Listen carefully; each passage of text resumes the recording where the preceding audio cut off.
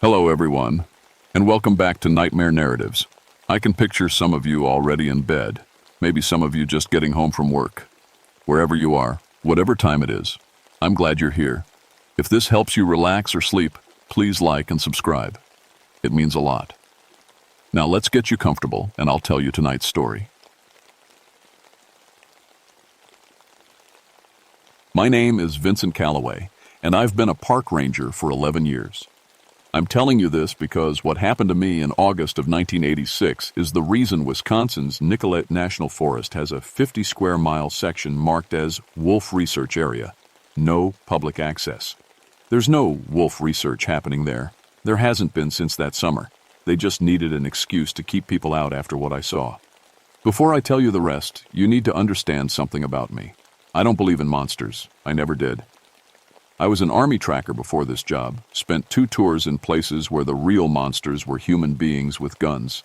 When I came home and became a ranger, I thought I'd seen everything nature could throw at me. Wolves, bears, mountain lions. I knew their signs, their habits, their kills. I'd tracked them all.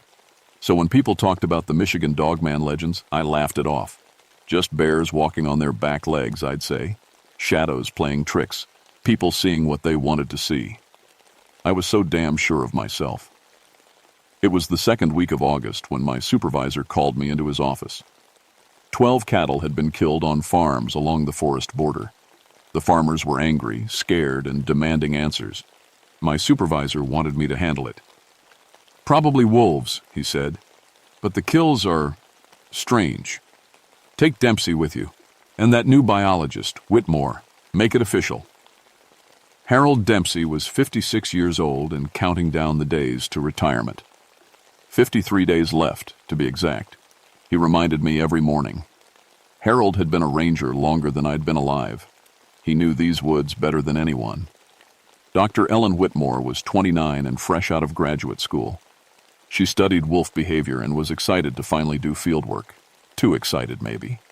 She had that academic eagerness that made her blind to danger. We drove out to the nearest farm that afternoon. The heat was brutal, even for August. But when we stepped out of the truck, the air felt wrong, too cold, too still. The farmer, an older man named Tom Peterson, led us to his pasture. "Lost 3 head this week," he said. "Whatever got them, it wasn't normal." He was right. The first cow was sprawled in the grass, 50 yards from the fence. Its spine had been severed cleanly, like someone had taken an axe to it. But there were no tool marks, just teeth marks. Big ones. Ellen knelt beside it, pulling on latex gloves. "The bite radius suggests canine," she said. "But the jaw pressure..." She looked up at me. "This would require a wolf 3 times normal size." "Grizzly?" Harold suggested. "Not in Wisconsin," I said. "Not for 100 years. The organs had been removed, not torn out, removed, carefully, surgically almost. And the tracks around the body made my skin crawl. They were canine. Wolf prints, definitely. But the spacing was wrong. They were too far apart, like whatever made them had been walking upright. And in some places, the prints showed all the weight on the back legs, just like a human walking. "This is impossible," Ellen whispered. She was photographing the tracks with shaking hands. We found 2 more kills that day. Same thing. Spines severed. Organs gone. Those awful tracks leading back into the forest. Harold wanted to call it in and let someone else handle it. But I was curious now. Curious and angry. Something was killing livestock on my watch, in my forest, and I was going to find it. We headed into the woods the next morning with 3 days of supplies and a radio that barely worked. The signal was always bad in the Thunder Lake Valley. The mountains blocked everything. The forest felt different as soon as we crossed the tree line. Quieter. No birds singing, no squirrels chattering, just silence and that strange cold that didn't belong in August. "I don't like this," Harold said. 33 years I've been doing this job. Never felt anything like this." Ellen was examining the ground. "The tracks lead north, toward the old fire tower." I knew the tower. It had been abandoned since the 1960s. The stairs were rusted and dangerous. Nobody went up there anymore. We followed the trail for 6 hours. The tracks were fresh, probably from the night before. And they were getting stranger. In some places, they showed 4 legs, in others, just 2, like the thing kept switching back and forth. "What kind of animal does that?" Ellen asked.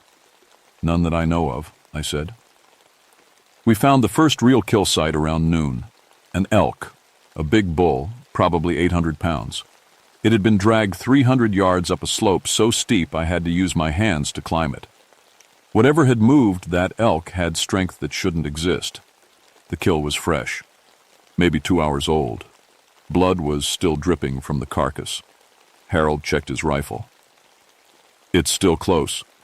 Ellen was staring at something on the ground. "Guys, you need to see this."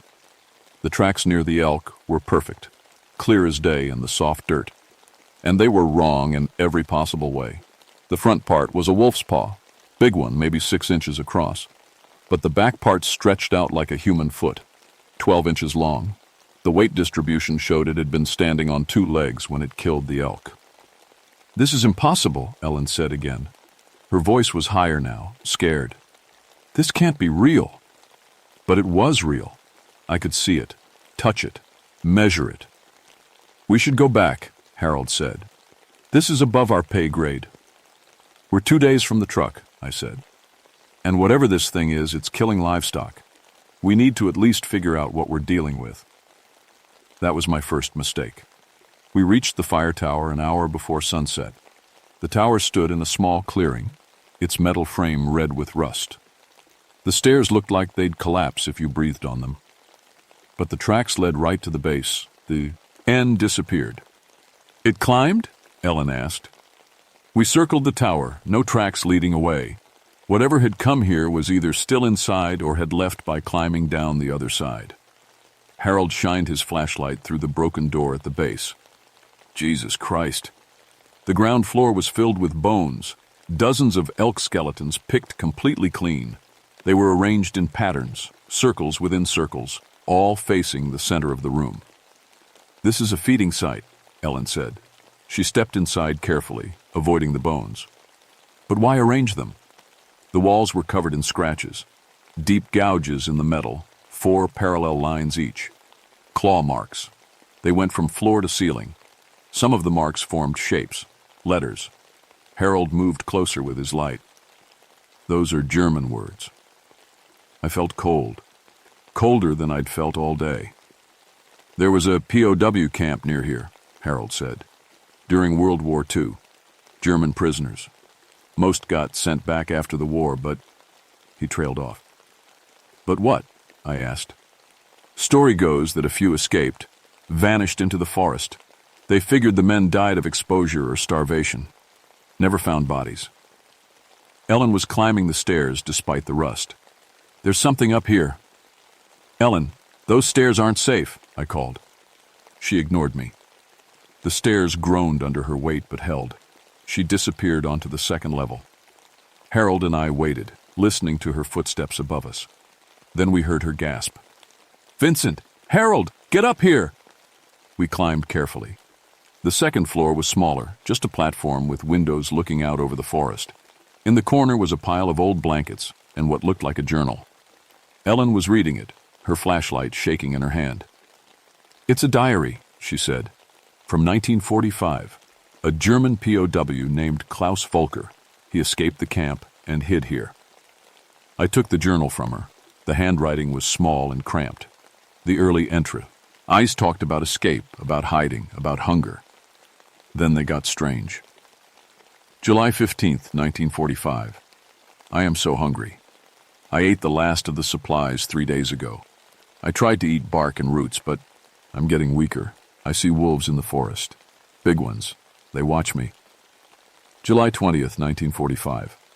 I found a dead deer today. Something had killed it. I ate the raw meat. I had no choice. It tasted good. Too good. July 28th, 1945. The wolves come closer now. I'm not afraid of them anymore. I feel different. Stronger. My hands hurt. My jaw hurts. August 3rd, 1945. I understand now. The hunger isn't weakness. It's a gift. The wolves knew. They were showing me. Tonight is the full moon. I will accept what I'm becoming. The last entry was dated August 4th, 1945. It wasn't the moon that changed me. It was the choice. The choice to become a predator instead of prey. The hunger never stops now. But I'm not weak anymore. I'll never be weak again. This is crazy, Ellen said. This guy went insane from starvation. Maybe, Harold said. But he didn't sound convinced. I looked out the window. The sun was setting.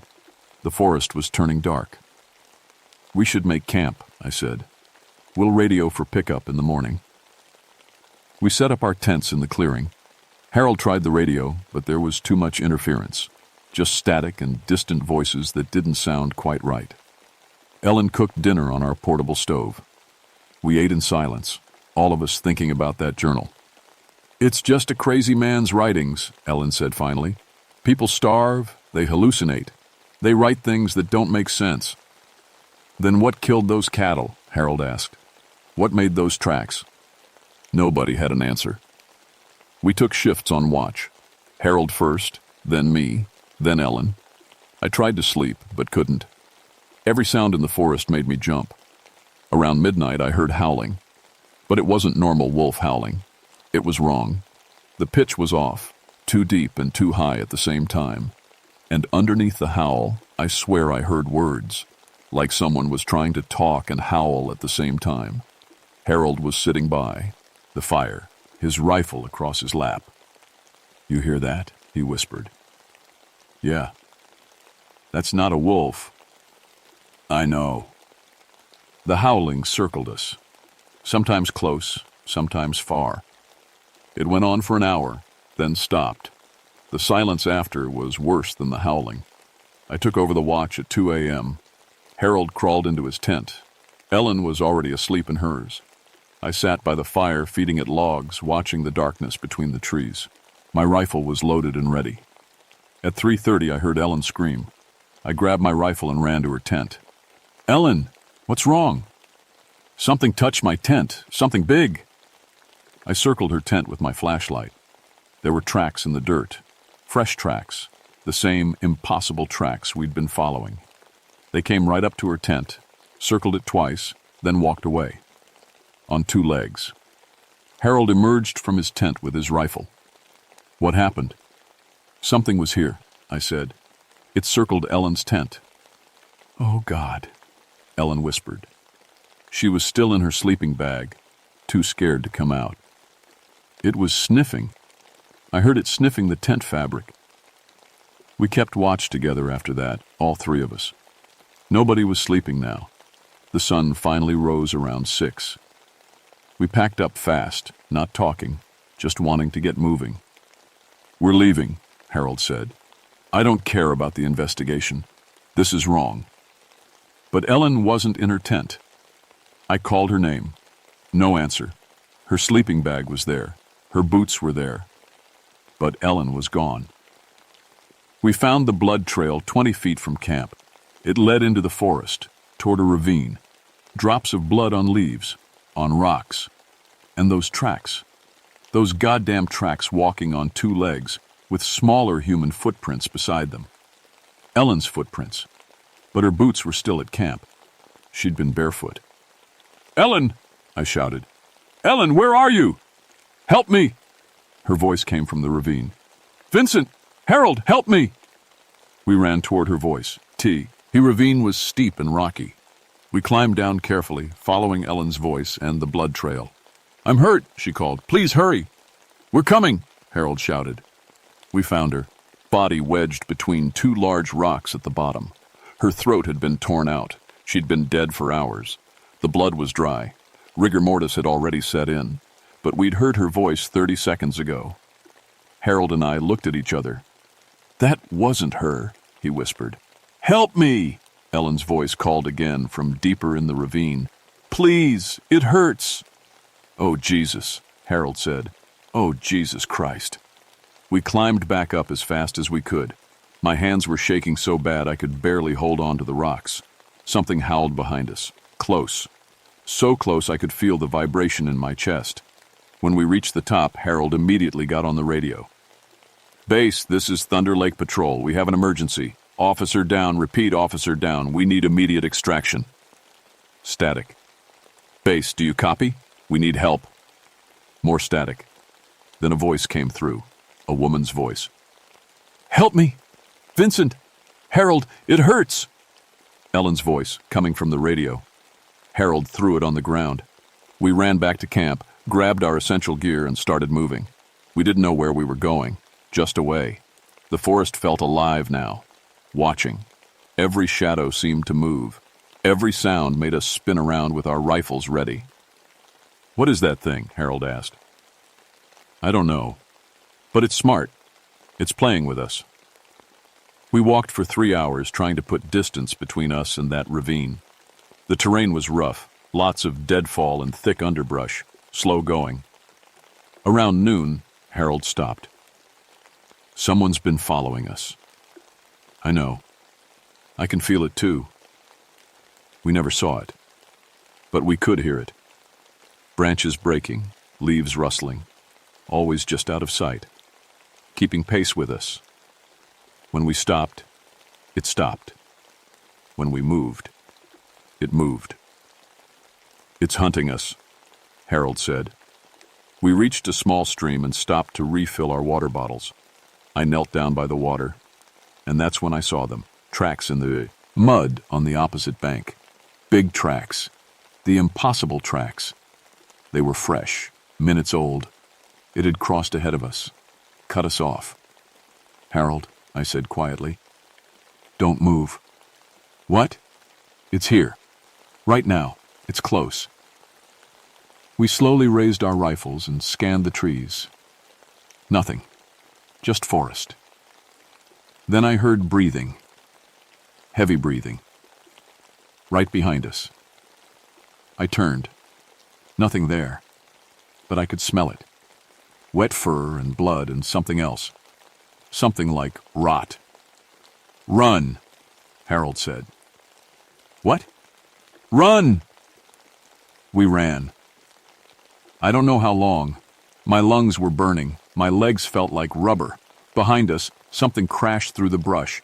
Something big. Something fast. Harold fired his rifle without looking back. Once, twice, 3 times. The crashing stopped. We kept running until we couldn't anymore.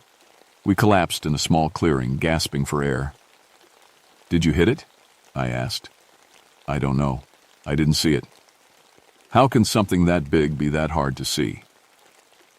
We rested for 10 minutes, then kept moving. We were heading east now toward the old POW camp ruins.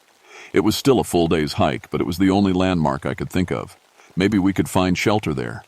Maybe we could find something to help us understand what we were dealing with. The sun was setting when we found the fire tower again. "That's impossible," Harold said. "We've been walking away from it all day." But there it was. The same tower. The same clearing. "It herded us back here," I said. "Why?" "I don't know." We had no choice. It would be dark soon. We went inside the tower base. Harold barricaded the door with bones from the feeding site. I kept watch at the broken windows. My rifle was loaded, but I wasn't sure it would matter. "This thing killed Ellen without us hearing anything," Harold said. "It can mimic voices. It tracked us all day without showing itself. How do we fight something like that?" "I don't know. I've got 53 days until retirement, Vincent. 53 days. I was going to buy an RV, drive to Alaska, see my daughter in Anchorage." "You'll make it, Harold." "Will I?" Neither of us slept that night. We sat back to back in the center of the room, rifles pointing at the windows and door. The howling started around midnight, circling the tower. Sometimes it sounded like a wolf. Sometimes it sounded like Ellen screaming.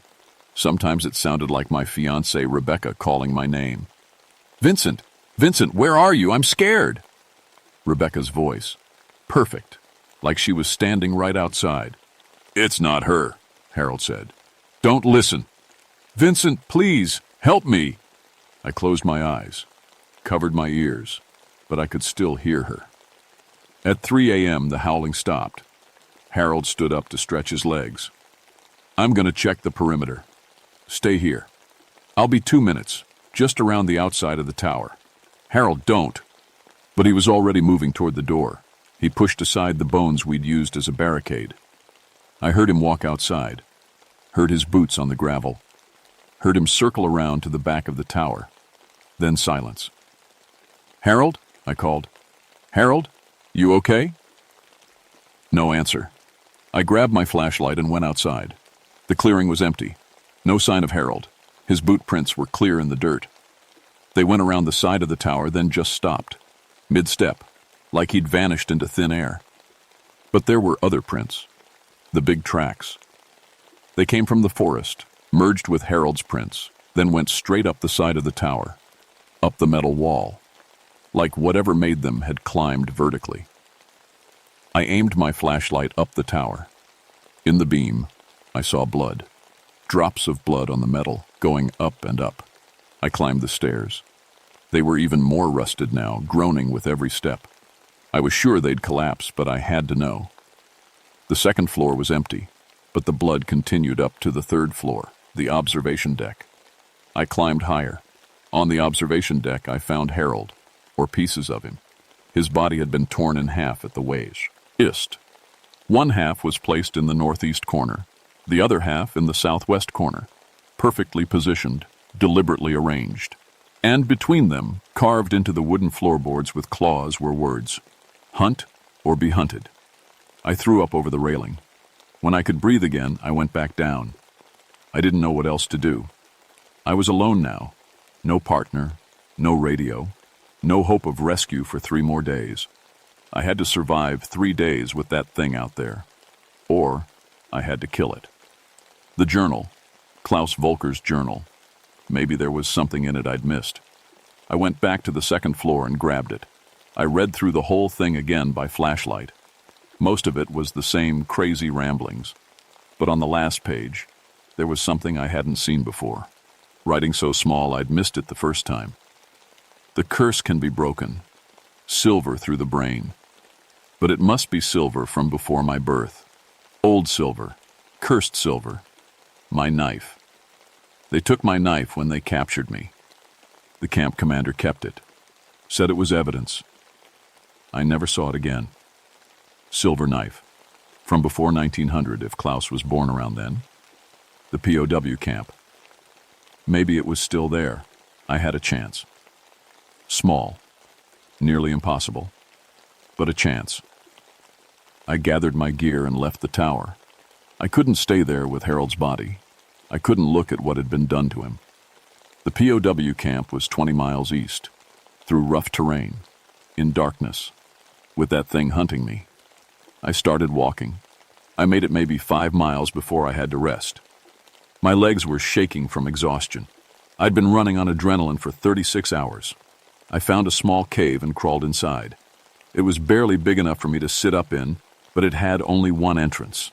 I could defend it. I set up my flashlight pointing at the entrance and held my rifle ready. I must have dozed off because I woke to the sound of something moving outside. My flashlight was still on. The battery was getting weak, but I could see the cave entrance. A shadow passed by. Big shadow. Then another. Then it stopped moving. I could see it now.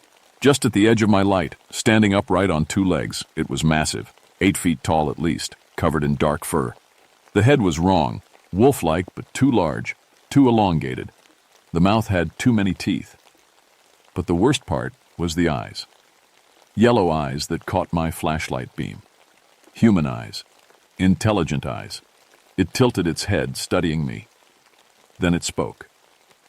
Vincent Calloway. The voice came from that wolf mouth, a man's voice, German accent.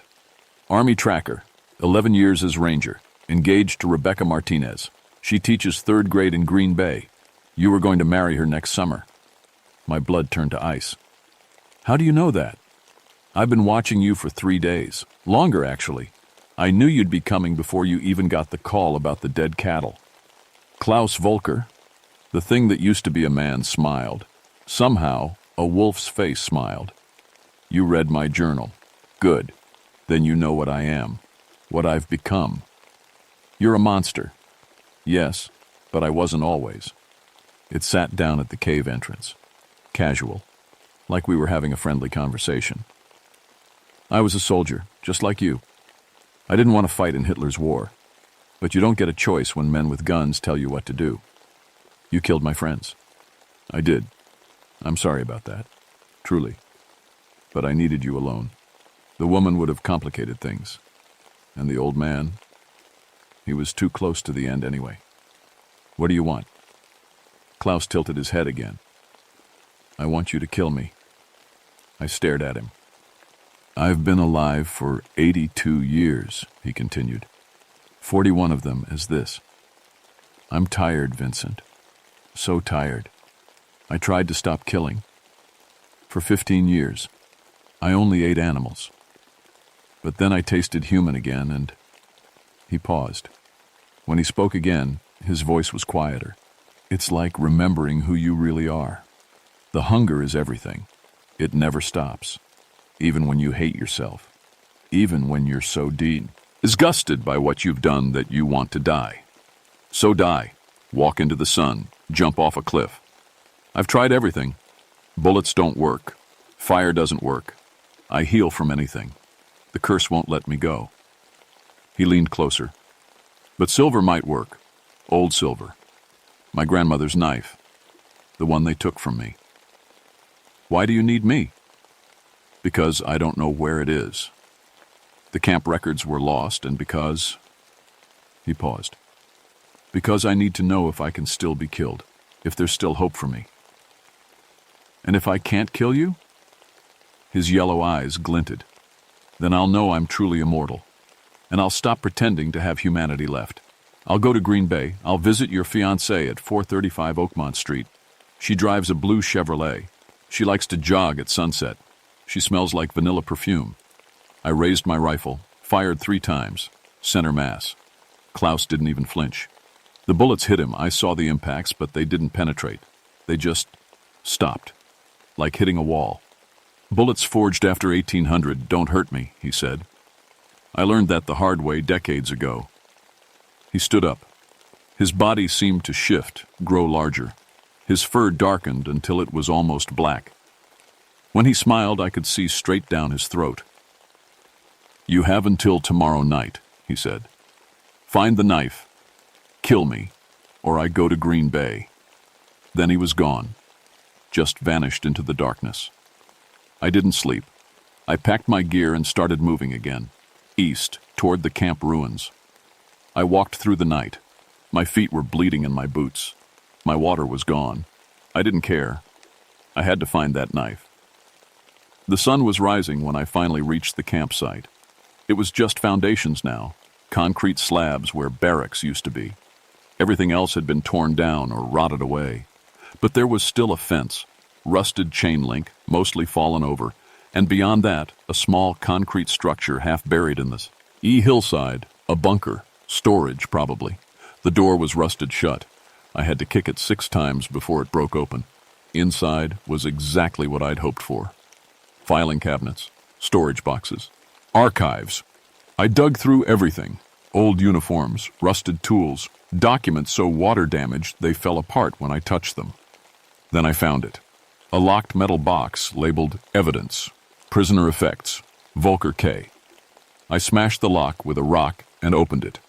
Inside was a knife, old, tarnished silver. The handle was worn smooth from use. The blade was 8 inches long.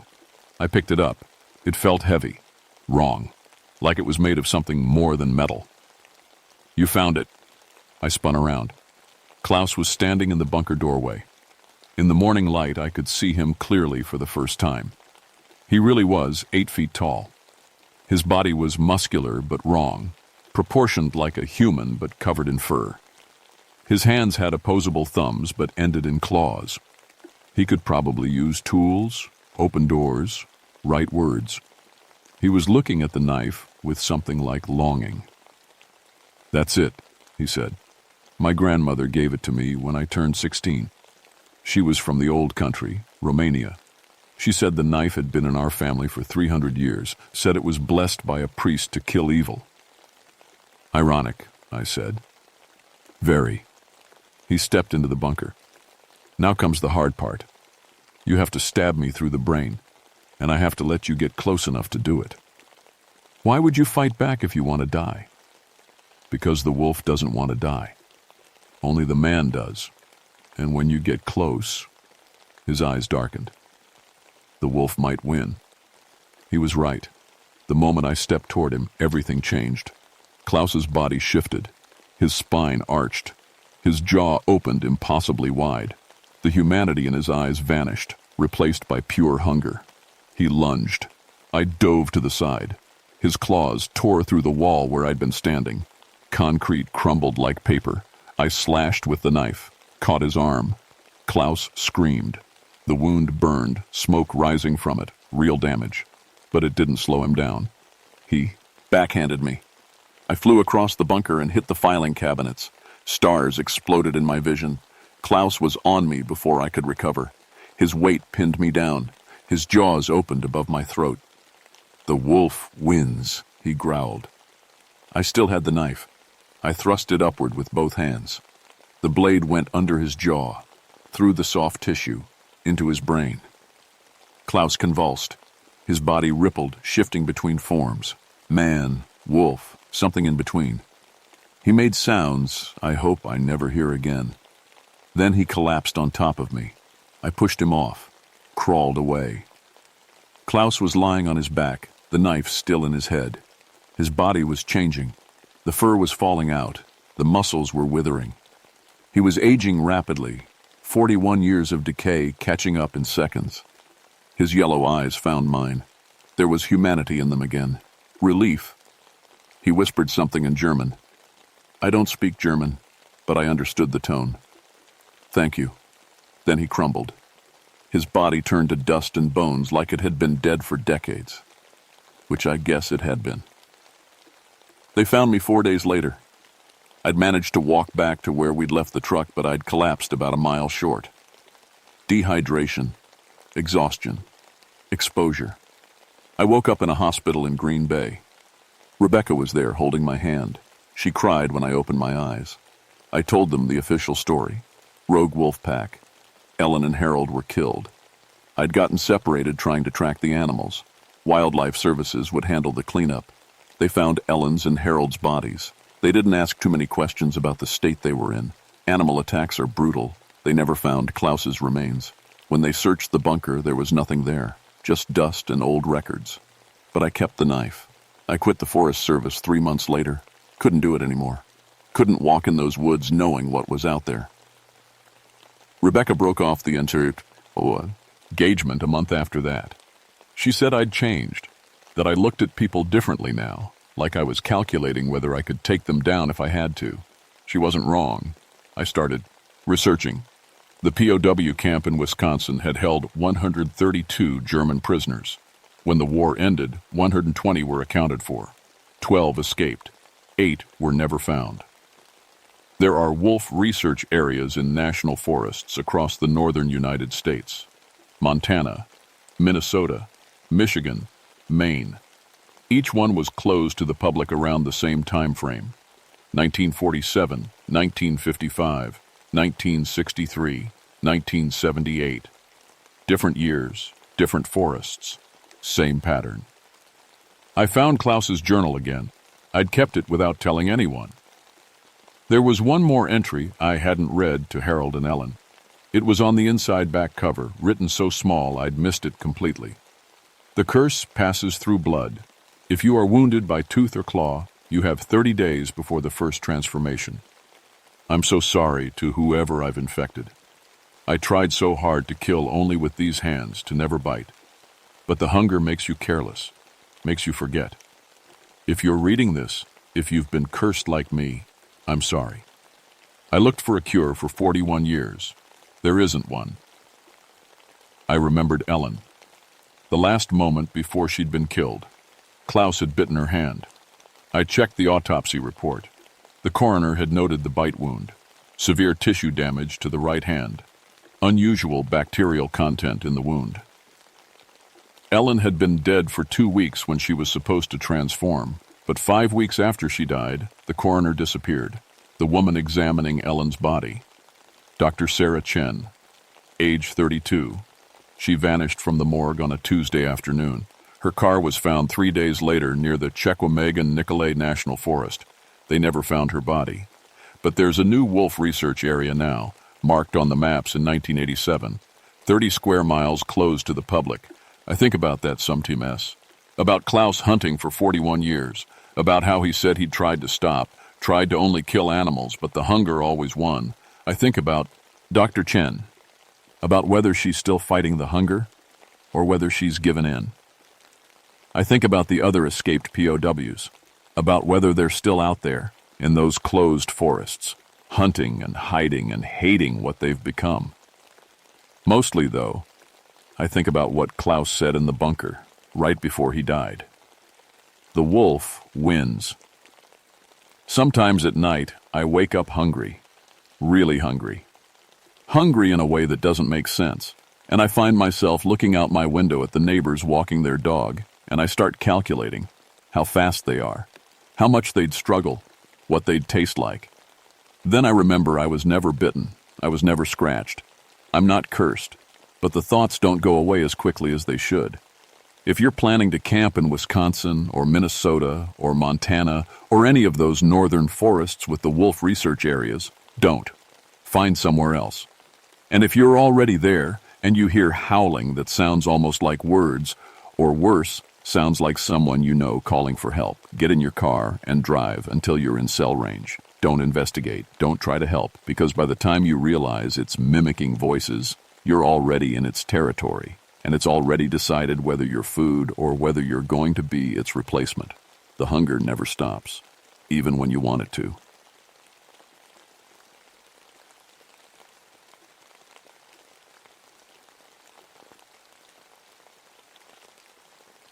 My name is Patricia Lansing, and I've been a park ranger for 13 years. That's long enough to hear every ghost story, every local legend, every strange thing that supposedly happened in these woods. And in 13 years, I'd never believed a single one of them. The Cherokee National Forest is my home, specifically the Bald River Gorge area, deep ravines, hidden waterfalls, miles of hiking trails that wind through some of the most beautiful and dangerous terrain in Tennessee. I know every inch of these woods. I know which rocks get slippery after rain, which trails flood first, where the cell phone dead zones are. I know my job. I wasn't always a ranger. Before this, I was a social worker in Knoxville. I spent 5 years dealing with child abuse cases, neglect cases, kids who got hurt by the very people who were supposed to protect them. I thought I could save them all. I thought if I just worked hard enough, cared enough, I could make a difference. I was wrong. The day I quit was the day I showed up to check on a little boy named Marcus, age 6, and found out I was 3 hours too late. His stepfather had, well, it doesn't matter what happened. What matters is that I couldn't do it anymore. I couldn't carry all that pain, all those faces, all those children I'd failed. So I came here, to the woods, where things made sense, where danger was straightforward, a storm, a bear, a fall. Nothing complicated, nothing that kept me awake at night. That's what I thought, anyway. April 23rd, 1975 started like any normal day. I was at the ranger station at 6 in the morning going through the daily checklist. Spring had been wet this year. The creeks were running high and fast, and we'd had to close 2 trails because of flooding. The rhododendrons were just starting to bloom, which meant more visitors would be coming through soon. The radio crackled at 6:47 a.m. "Base, this is Site 4. We have a situation." It was Tom Chen, one of our weekend volunteers who monitored the main campground. His voice sounded tight. "Family just reported their daughter missing, 8-year-old girl, Emma Rodriguez. They say she wandered off yesterday afternoon and never came back." My stomach dropped. Yesterday afternoon meant she'd been out there all night, in the rain, a child. I grabbed my pack and headed for the door. "I'm on it. Get me everything." what she was wearing, where they last saw her, any medical conditions. By 7 a.m., we had a search team assembled, 4 rangers total. Me, Kyle Morrison, he was 28 and had grown up in the area, spoke some Cherokee from his grandmother, and 2 others from neighboring stations. We split up the search grid. Kyle and I took the Bald River Ravine area, the last place the family had been hiking before Emma disappeared. The woods felt different that morning. Maybe it was just the weather. Gray sky, mist hanging between the trees. But something about the air felt heavy, wrong, like the forest was holding its breath. Ghost stories were for campfire entertainment, I muttered to Kyle as we hiked down toward the ravine. In 13 years, I'd heard every local legend about spirits of lost children in these ravines, all explainable by wind, animals, imagination. Kyle gave me a look. My grandmother used to say these ravines were sacred. Trail of Tears came through here in 1838. Thousands of Cherokee people forced to march to Oklahoma. A lot of them died along the way. A lot of children. I know the history, I said, checking my map. Doesn't mean the place is haunted. Didn't say it was haunted, just said it was sacred. He adjusted his pack. My grandmother said you should always acknowledge the land here. Respect what happened. Otherwise what? He shrugged. Otherwise, the land remembers. Didn't respond to that. We had a missing child to find. That was real. That mattered. Everything else was just stories. We reached the ravine at 7:45 a.m. The creek was running fast and loud, swollen from the spring rains. Waterfalls crashed down the rocks, sending up spray that soaked everything. The temperature had dropped. It felt at least 10 degrees colder down here in the gorge. "Emma!" I called out. "Emma Rodriguez, can you hear me?" Nothing but the sound of water. We split up. Kyle taking the east side of the creek, me taking the west. Standard search pattern. We'd work our way downstream, checking every hiding spot, every cave, every place a scared child might have crawled to get out of the rain. That's when I saw it. Emma's backpack, bright pink with purple flowers, floating in a small eddy near the bank. I radioed Kyle immediately.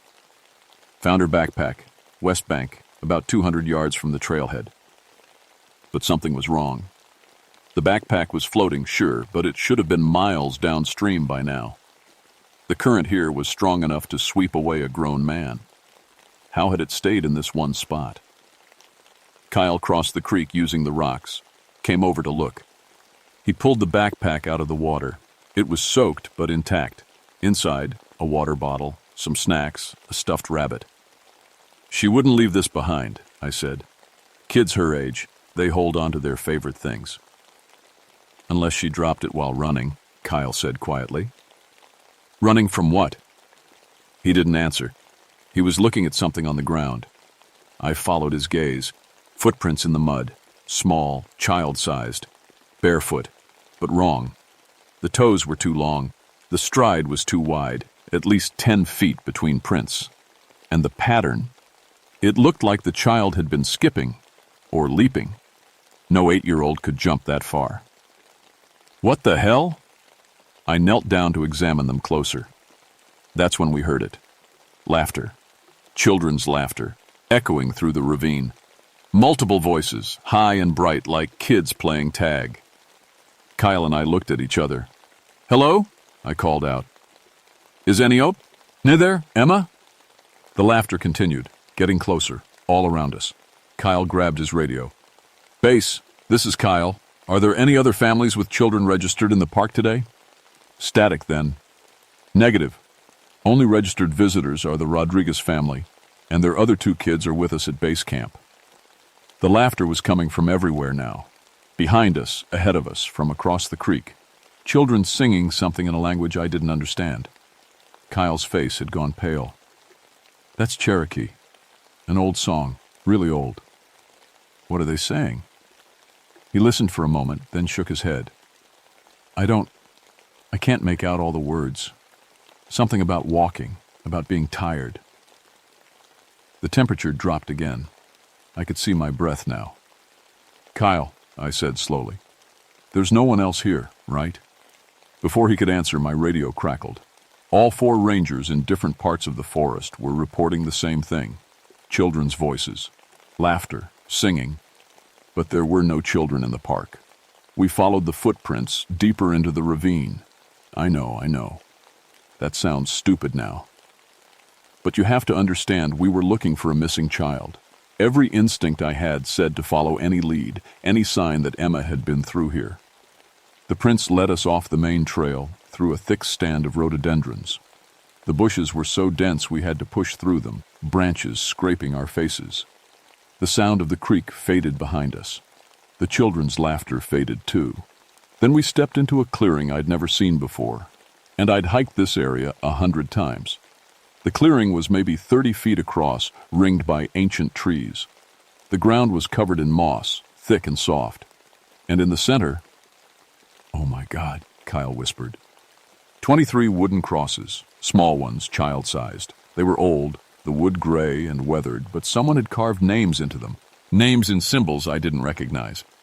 "Cherokee syllabary," Kyle said. He moved closer to read them. "Walking bird, age 7. Little wolf, age 5. White feather, age 8. He looked at me, and I saw fear in his eyes. These are all dated 1838 and 1839. Trail of Tears era. "Children who died on the march," I said. My voice sounded strange in my own ears. "They must have buried them here." "Not buried. There are no graves, just markers." Kyle touched one of the crosses. "My grandmother told me stories. She said when Cherokee families were forced to march, some of the children couldn't keep up. They got sick, or they were too weak, or they just gave out. And there was no time to stop. The soldiers wouldn't let them stop. So parents had to leave their children behind, with promises they'd come back for them. Did they come back? What do you think?" The clearing felt wrong, too quiet, too still, like we were being watched. "We need to keep looking for Emma," I said, but I couldn't take my eyes off those crosses. 23 children, 23 families who'd had to make an impossible choice. That's when the voices started again. This time they weren't laughing. They were calling out, in English. "Help us. Please help us. We're lost. Where's my mother? I'm so cold." The voices were coming from everywhere and nowhere. Child voices, desperate and scared. Kyle grabbed my arm. "Patricia, look." I followed his gaze. There, at the edge of the clearing, I saw movement. Small figures darting between the trees. Children wearing old-fashioned clothes. Simple dresses, worn trousers, no shoes. Their clothes were soaked through like they'd been walking in the rain. But I could see through them. "Tell me you're seeing this," I said. "I'm seeing it." One of the figures stepped closer. A little girl, maybe 10 years old. She looked solid enough, real enough, except her eyes. They were hollow, empty. She spoke in Cherokee. Kyle translated, his voice shaking. "She says her name is Ayita. She says they've been waiting. They were told to wait here and someone would come back for them. But no one ever came." "Ayita," I said, my heart pounding. "We're looking for a little girl. Her name is Emma. Have you seen her?" Ayita tilted her head. "Emma is playing with us. She's one of us now." "No," I said firmly. "She's not one of you. She's alive. She has a family looking for her. We need to find her." "We all had families," Ayita said, and now I could understand her somehow, though I knew she was speaking Cherokee. "They left us. They promised to come back. We waited so long."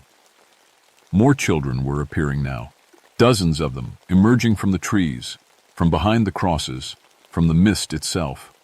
All of them translucent, all of them watching us with those empty eyes. My radio crackled. "Patricia, this is base. You need to evacuate the area immediately. We found Emma." Relief flooded through me. "Thank God. Where?" "She walked into the visitor center 20 minutes ago. Says she's been playing with the lost children since yesterday. She won't stop talking about them." She won't stop crying. My relief vanished. What do you mean, won't stop crying? She keeps saying they won't let her friends leave. What friends? A long pause, then, Patricia, 3 more children are missing. All reported in the last hour. All disappeared from campgrounds near Bald River. Ages 6, 7, and 9. The ghost children around us started laughing again. But this time it wasn't playful. It was hungry. The journey is so long, Aida said. We're so tired of walking alone. These new children will stay with us. They'll play with us. Forever. Kyle and I ran. We crashed through the rhododendrons, branches tearing at our clothes. Behind us, the children's laughter followed, getting louder, more intense. The temperature kept dropping. It had to be below freezing now, even though it was April and should have been 65 degrees. My radio was going crazy. All the other rangers reporting the same things: children's voices, sudden cold, equipment malfunctioning, and 3 missing kids: Melissa Vaughn, 6 years old, Timothy, Creek, 7, and Jacob Marsh, 9, all last seen near their campsites an hour ago. Where would they go? I panted as we ran. If those things took them, where would they take them? The creek, Kyle said. Water is sacred in Cherokee tradition. It's a boundary between worlds. We changed direction, fighting our way back toward Bald River. The sound of rushing water grew louder. So did the children singing that same Cherokee song, but louder now, more insistent. Kyle was translating as we ran. Come play, come stay, the journey's too long. You'll never get home, we're tired of walking, stay here and rest.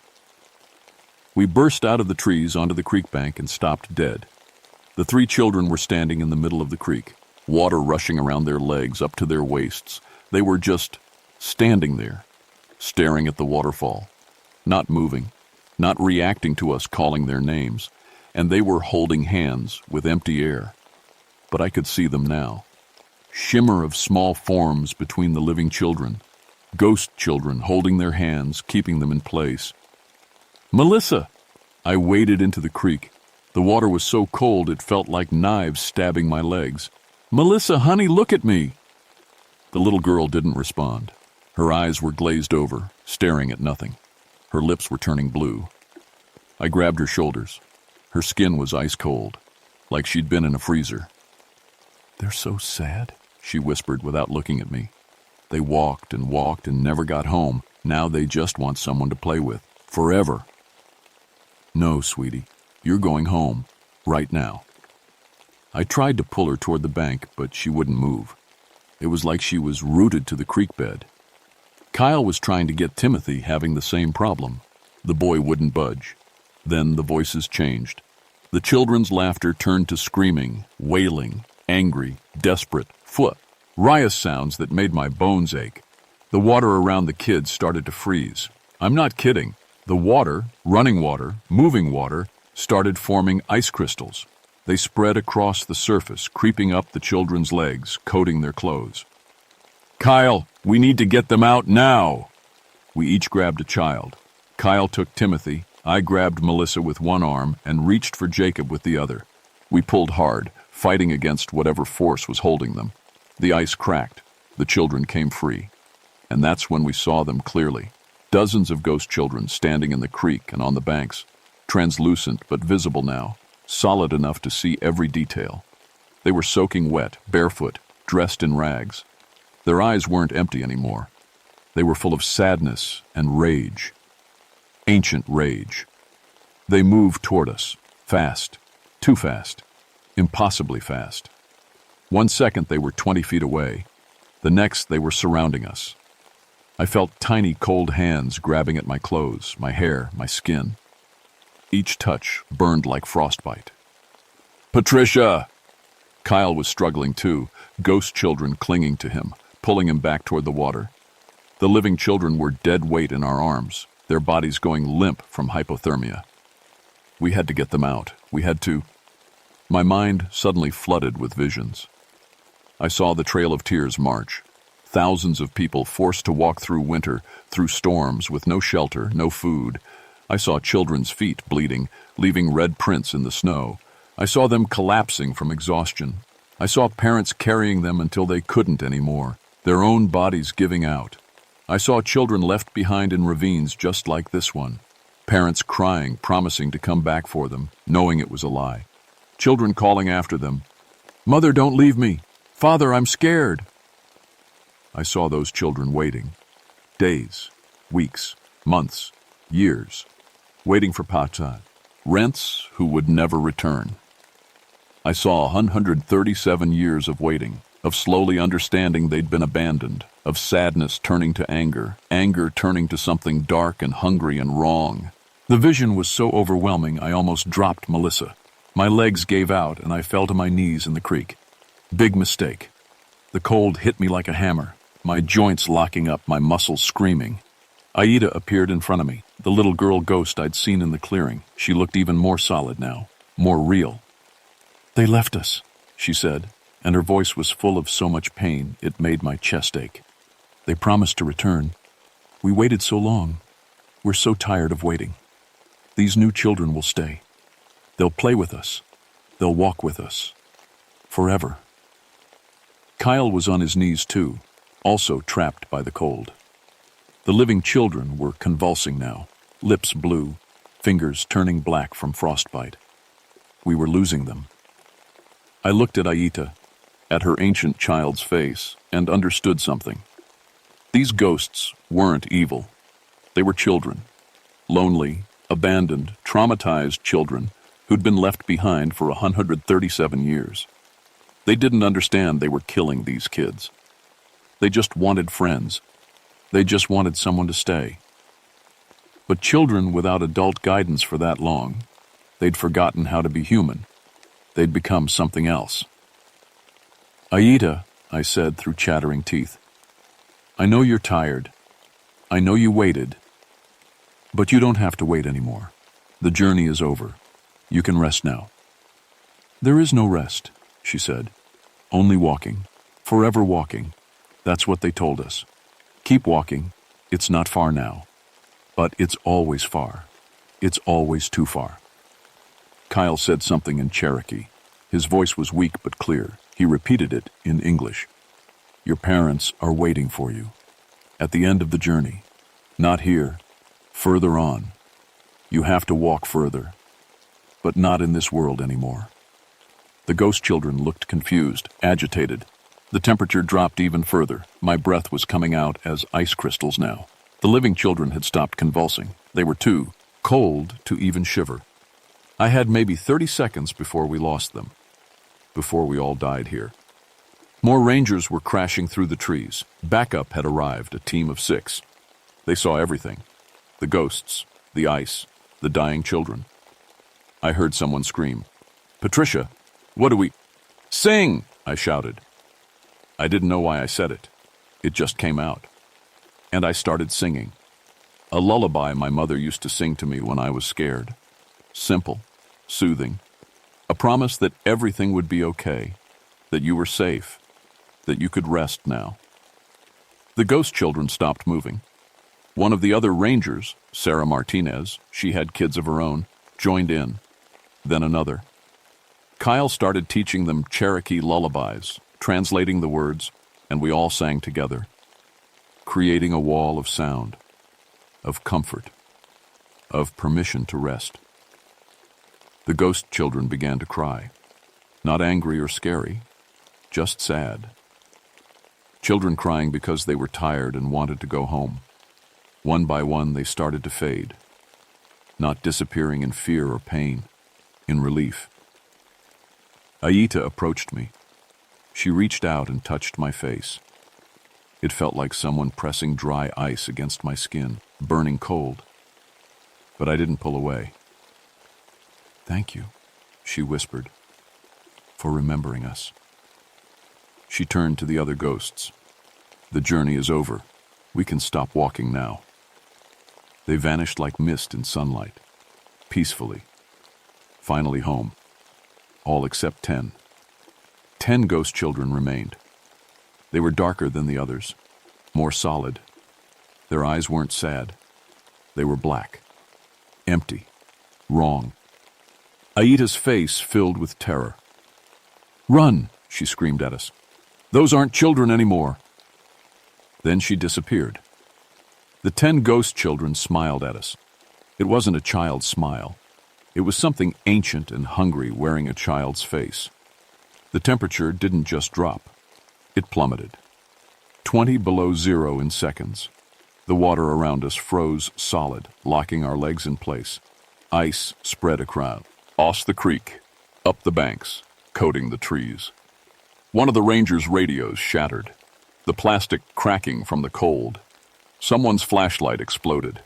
Our breaths came out as ice that fell to the ground like broken glass. "What are they?" Sarah gasped. Kyle's teeth were chattering so hard he could barely speak. Children who died in rage, who were consumed by being abandoned.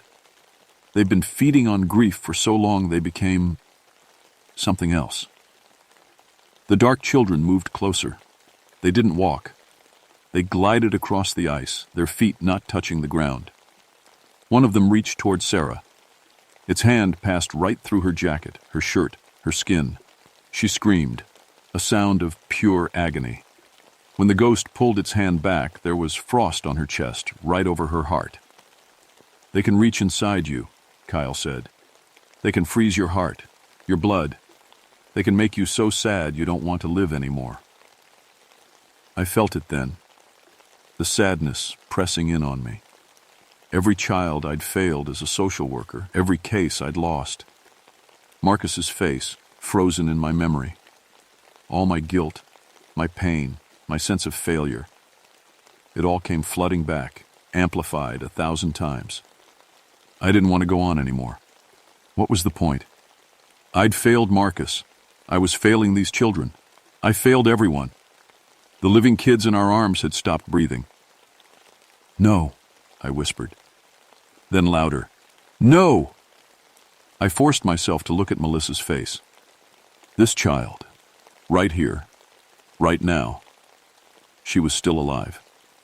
Barely, but alive. I wasn't going to fail her. I pulled her closer, sharing what little body heat I had left. "Hold on, baby. Please hold on." The dark children laughed. It sounded like ice breaking. One of them spoke. "You can't save them. You couldn't save any of them. You're a failure. A coward. You ran away to the woods because you couldn't handle reality. And now you're going to die here, just like us. Frozen, abandoned, forgotten." Every word hit like a punch, because it was true. Wasn't it? No, it wasn't. I'd left social work because I was broken, yes. But I'd come here and helped hundreds of people. Rescued lost hikers. Saved lives.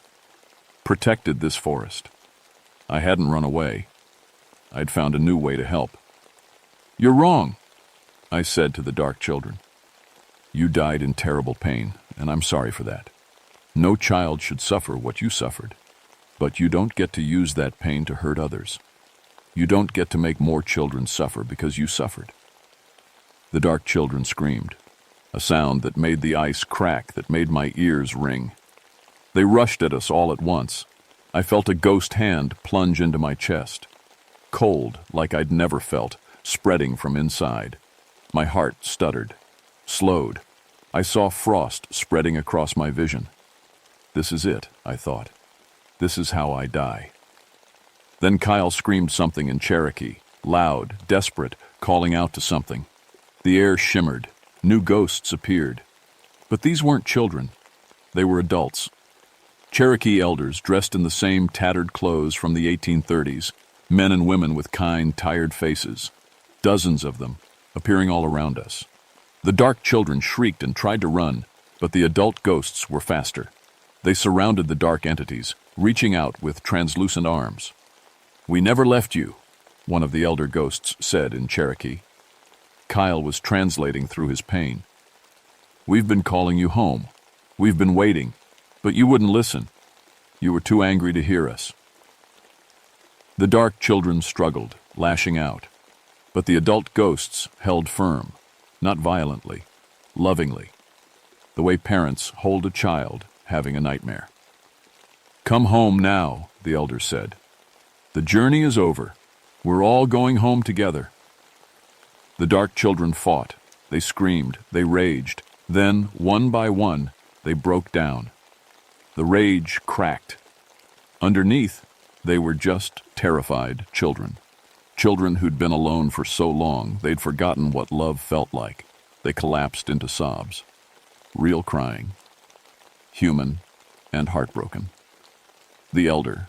Ghosts embraced them. Families reuniting across time and death.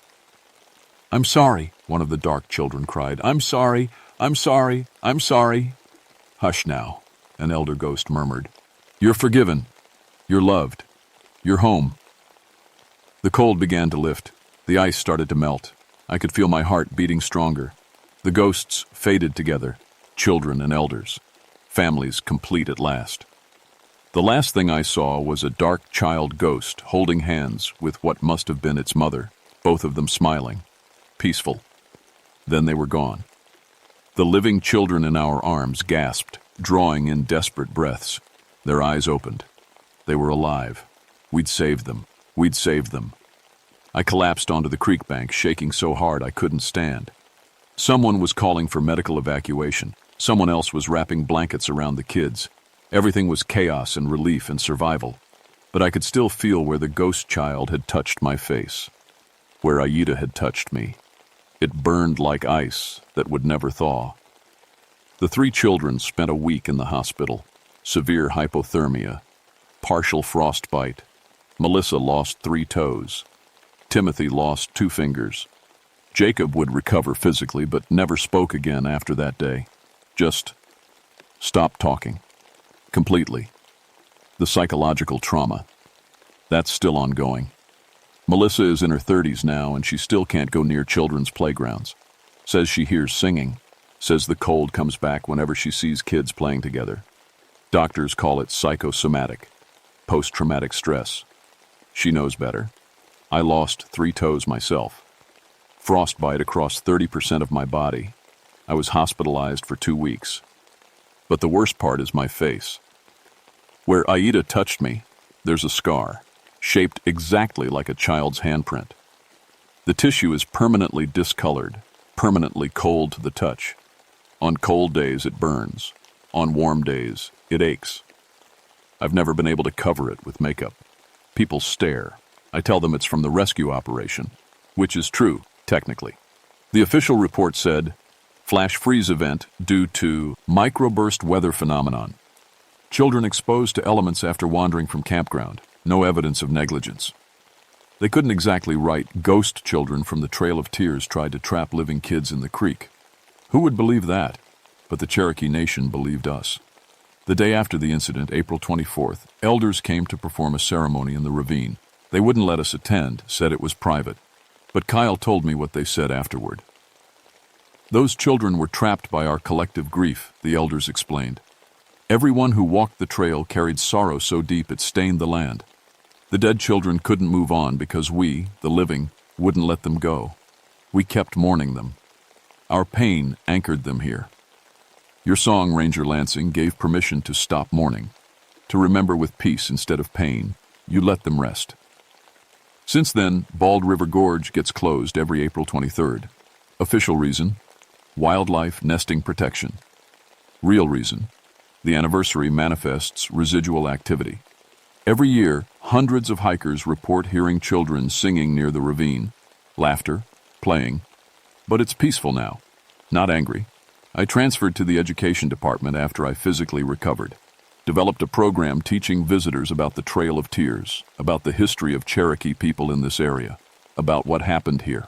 I did research, found documentation. 4,000 people died on the Trail of Tears. At least 800 were children. We only found 23 grave markers in Cherokee National Forest ravines. How many more are unmarked? How many more children died and were never remembered? That question haunts me. In 1989, I got a letter from Melissa Vaughn. She was 20 years old then. "Dear Ranger Lansing," she wrote, "I still hear them sometimes. The children. But they're not sad anymore. They're not angry. They're singing the song you taught them, the one about being safe and home. I think they're telling us they made it. I think they're telling us it's okay now." I keep that letter in my desk drawer. Over the years, I've researched similar incidents at other Trail of Tears sites. Arkansas, Missouri, Kentucky, Oklahoma. Ghost children, living children going missing, the same pattern over and over. All the incidents stopped after formal remembrance ceremonies, after communities acknowledged the dead, after people gave permission for grief to transform into peace. It's 2005 now. I'm retired, 67 years old, living in a small house near Knoxville. I sleep with every light on. Can't help it. But last week something happened that made me think it's truly over. I was hiking near Bald River. Yes, I still go back sometimes, and I heard children singing. That Cherokee song about the journey being over. I stopped walking, listened. Then a little girl's voice, clear as day. "Thank you for remembering us." "Aida." I smiled. "You're welcome, sweetie. Rest well." The singing faded into the sound of the creek, and I felt lighter, like something I'd been carrying for 30 years had finally been set down. I write this now as a warning, but also as guidance. If you're hiking in the southeastern forests, especially near Trail of Tears routes, and you hear children's laughter when no children should be there, don't ignore it. Don't dismiss it as wind or animals. Those are real voices. If you feel sudden, overwhelming sadness, cold that doesn't match the weather, or see small figures watching from the trees, acknowledge them, out loud. Say, "I remember you. I'm sorry for what happened. You can rest now." Sometimes the dead aren't trying to hurt us. They're just trying to be remembered, trying to hear someone say their journey mattered, and they can finally stop walking. But if you don't acknowledge them, if you pretend they're not there, if you disrespect the land and what happened there, that's when the sadness turns to anger. That's when children's laughter, Becca, Ohm's children screaming. And that's when they decide if they have to keep walking forever, you're going to walk with them. I touch the cold scar on my face, that permanent handprint, and remember. I remember all of them. And I hope that's enough.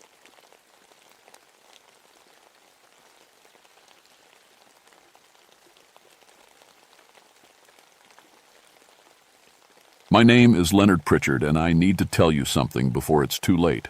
I've been a forest ranger for 21 years, fire watch mostly, up in the towers where you can see smoke from 50 miles away. It's lonely work, but I like it that way. After what I saw in the war, I wanted peace. Trees don't shoot at you. Mountains don't explode. It's November 1967, and I'm sitting in Tower 7 in the Cranberry Wilderness, West Virginia.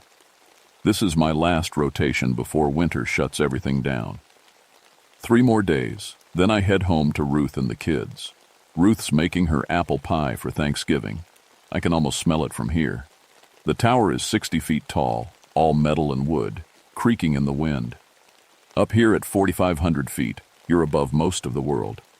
On clear days, I can see Point Pleasant, about 50 miles west. That's where all the crazy talk has been coming from lately. You probably heard about it on the news. The Mothman sightings. Started last year. Over 100 people claiming they saw something. A giant creature with wings and glowing red eyes. 7 feet tall, they say. Appears at night. Scares people half to death. I didn't believe a word of it. I've seen barn owls plenty of times. Big ones with golden eyes that catch your flashlight beam. Looks spooky if you're not expecting it. And sandhill cranes? They're huge birds, stand over 4 feet tall, and they make the strangest sounds.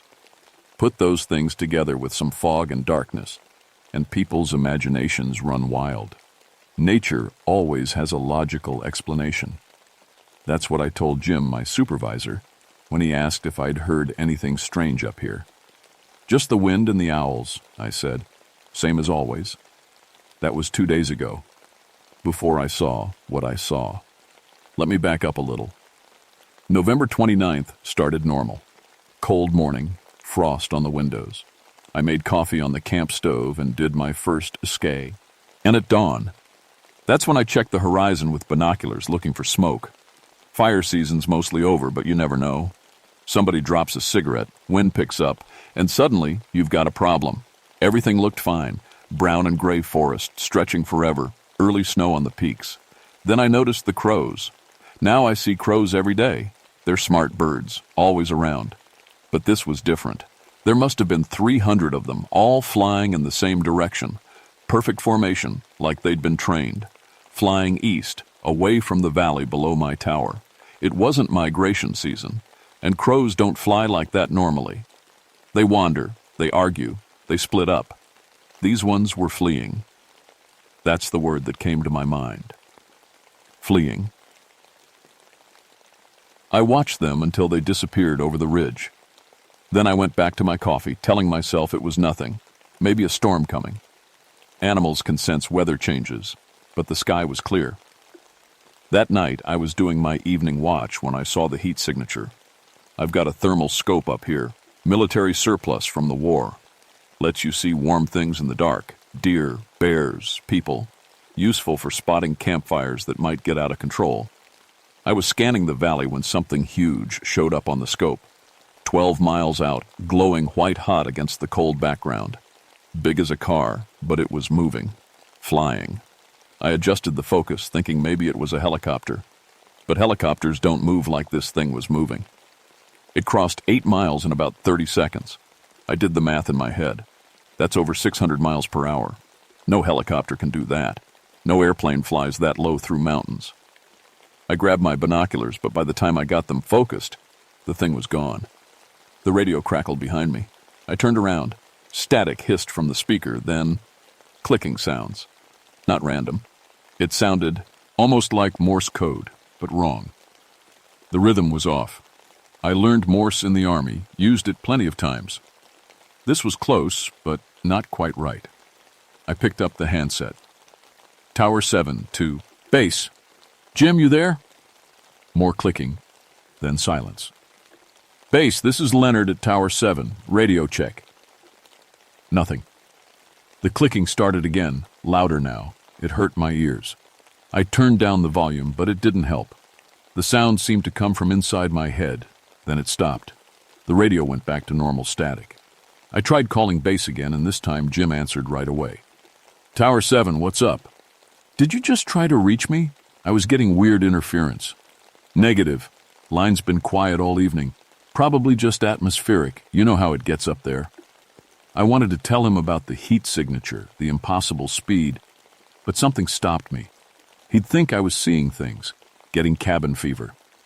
They'd pull me down early, and I needed these last 3 days. Money's tight with 4 kids. Yeah, probably atmospheric, I said. Tower 7 out. I didn't sleep much that night. Next morning, I climbed down the tower to check on something I'd spotted the day before. About a mile south, I'd seen deer gathered in a clearing. Lots of them, maybe 20. That's unusual. Deer don't herd up like that unless something's wrong. It's part of my job to check on things like that. Could be disease. Could be they found a salt lick. Either way, I needed to know. The hike took 40 minutes through snow and dead leaves. Cold morning, breath steaming. I had my rifle, more out of habit than worry. Nothing dangerous out here except maybe a black bear, and they're usually asleep by now. I found the clearing. What I saw there made my stomach drop.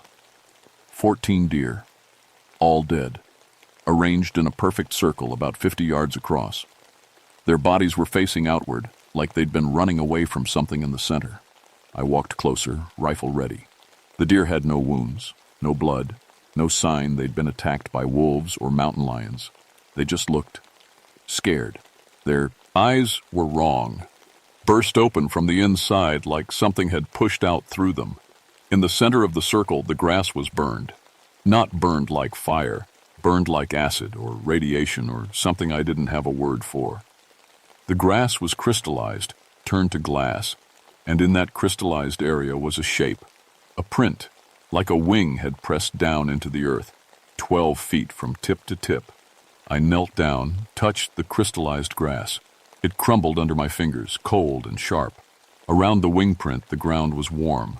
Not hot, just warm. like something had been there recently, giving off heat. My hands were shaking. I stood up, turned in a slow circle, looking at the tree line. Nothing moved, but I felt watched. You know that feeling? When the hair on your neck stands up and your body knows something your brain doesn't want to admit? Something had killed these deer. Something big enough to leave a 12-foot wing print. Something that scared them so badly their eyes exploded. I took photos with my Polaroid camera, documented everything. Then I hiked back to the tower as fast as I could without running. When I got to the radio, my hands were still shaking so bad I could barely hold the handset. Base, this is Tower 7. Jim, I need to report something. Wildlife deaths, multiple casualties, unusual circumstances. Jim's voice came back casual, unconcerned. Can it wait till spring? We're pulling everyone out in 3 days. Whatever it is, it'll keep. Jim, there's 14 dead deer in a circle with a burn pattern that doesn't make any... The radio died. Not static, not low battery, just dead. Complete silence. I checked the connections. Everything looked fine. I tried the backup radio. Dead. I checked the batteries. They'd been fully charged yesterday. Now they showed 0 power. The tower's generator was next. I went down to check it. Wouldn't start. Fuel was fine. Engine looked good, but it wouldn't even turn over. My backup batteries for the lights? Drained. Every single one. I stood there in the cold November afternoon, realizing I was completely cut off. No radio, no generator, no lights after dark. Just me and whatever was out there in the forest. That's when I saw it for the first time. Dusk was settling in, that gray time between day and night when your eyes play tricks. I was at the tower window looking out over the clearing around the tower base. At the edge of the tree line, about 150 yards away, something stood. Man-shaped, but wrong. Too tall, had to be over 7 feet. Arms too long, hanging past where knees should be. Shoulders too wide, like a football player wearing pads under his skin. I grabbed my binoculars, hands shaking again. The figure didn't move, just stood there at the forest edge, perfectly still. I focused the binoculars and saw its eyes. Red, glowing red, like highway reflectors in headlights. But these weren't reflecting my light. They were glowing from inside, bright, like hot coals in a fire. I stared for 10 seconds, maybe 20. It didn't move, didn't blink. Just watched me with those burning red eyes. I looked away to grab my rifle from the corner. When I looked back, it was gone. Not walked away, not hidden behind a tree. Just gone. Like it had never been there. My heart was hammering. I scanned the tree line with the binoculars. Nothing. Then I saw it again, on the opposite side of the clearing. 200 yards away, across open ground it couldn't have crossed without me seeing. Same figure, same glowing eyes, watching me. I raised the rifle, looking through the scope. The figure was clearer now, gray skin or maybe gray fur. The proportions were all wrong for a human, the arms bent in places arms shouldn't bend. And behind it, I could see something else. Something folded against its back. Wings. I blinked, looked again. The figure was gone. For the next 3 hours, it kept appearing. Different spots around the clearing. Sometimes close to the toe, or sometimes far away, never moving while I watched it, just appearing in new locations every time I looked away. I didn't sleep that night. Couldn't. I sat with my back to the wall, rifle across my lap, watching the windows. Around 3 a.m., something landed on the tower roof. The whole structure shook. Metal creaked. I heard footsteps above me. Heavy, deliberate, pacing back and forth across the metal platform. Then, silence. I waited, barely breathing. A face appeared at the window, upside down. It was hanging from the roof, looking in at me. Gray skin stretched over a skull that was almost human, but not quite. No nose, just 2 slits. No mouth that I could see. And those eyes. Those terrible red eyes, glowing so bright I could see them even with my own lights off. We stared at each other for maybe 5 seconds. Then it was gone. I heard wings, huge wings, flapping as it took off into the darkness. I sat there until dawn, shaking, praying, trying to understand what I'd seen. When the sun came up, I made a decision. I wasn't crazy. I wasn't hallucinating. Something real was out there, and I needed to understand what. If I just ran, told people I'd seen a monster, they'd think I'd lost my mind. I needed proof. I needed answers. The tower has a small library, books left by rangers over the years, mostly field guides and forestry manuals. But I remembered seeing some older books, journals from rangers who'd worked here before me. I found one from 1922, written by a ranger named Thomas Webb. His handwriting was shaky, hard to read, but one entry stood out. September 14th, 1922. Have seen the creature again. 3 nights now.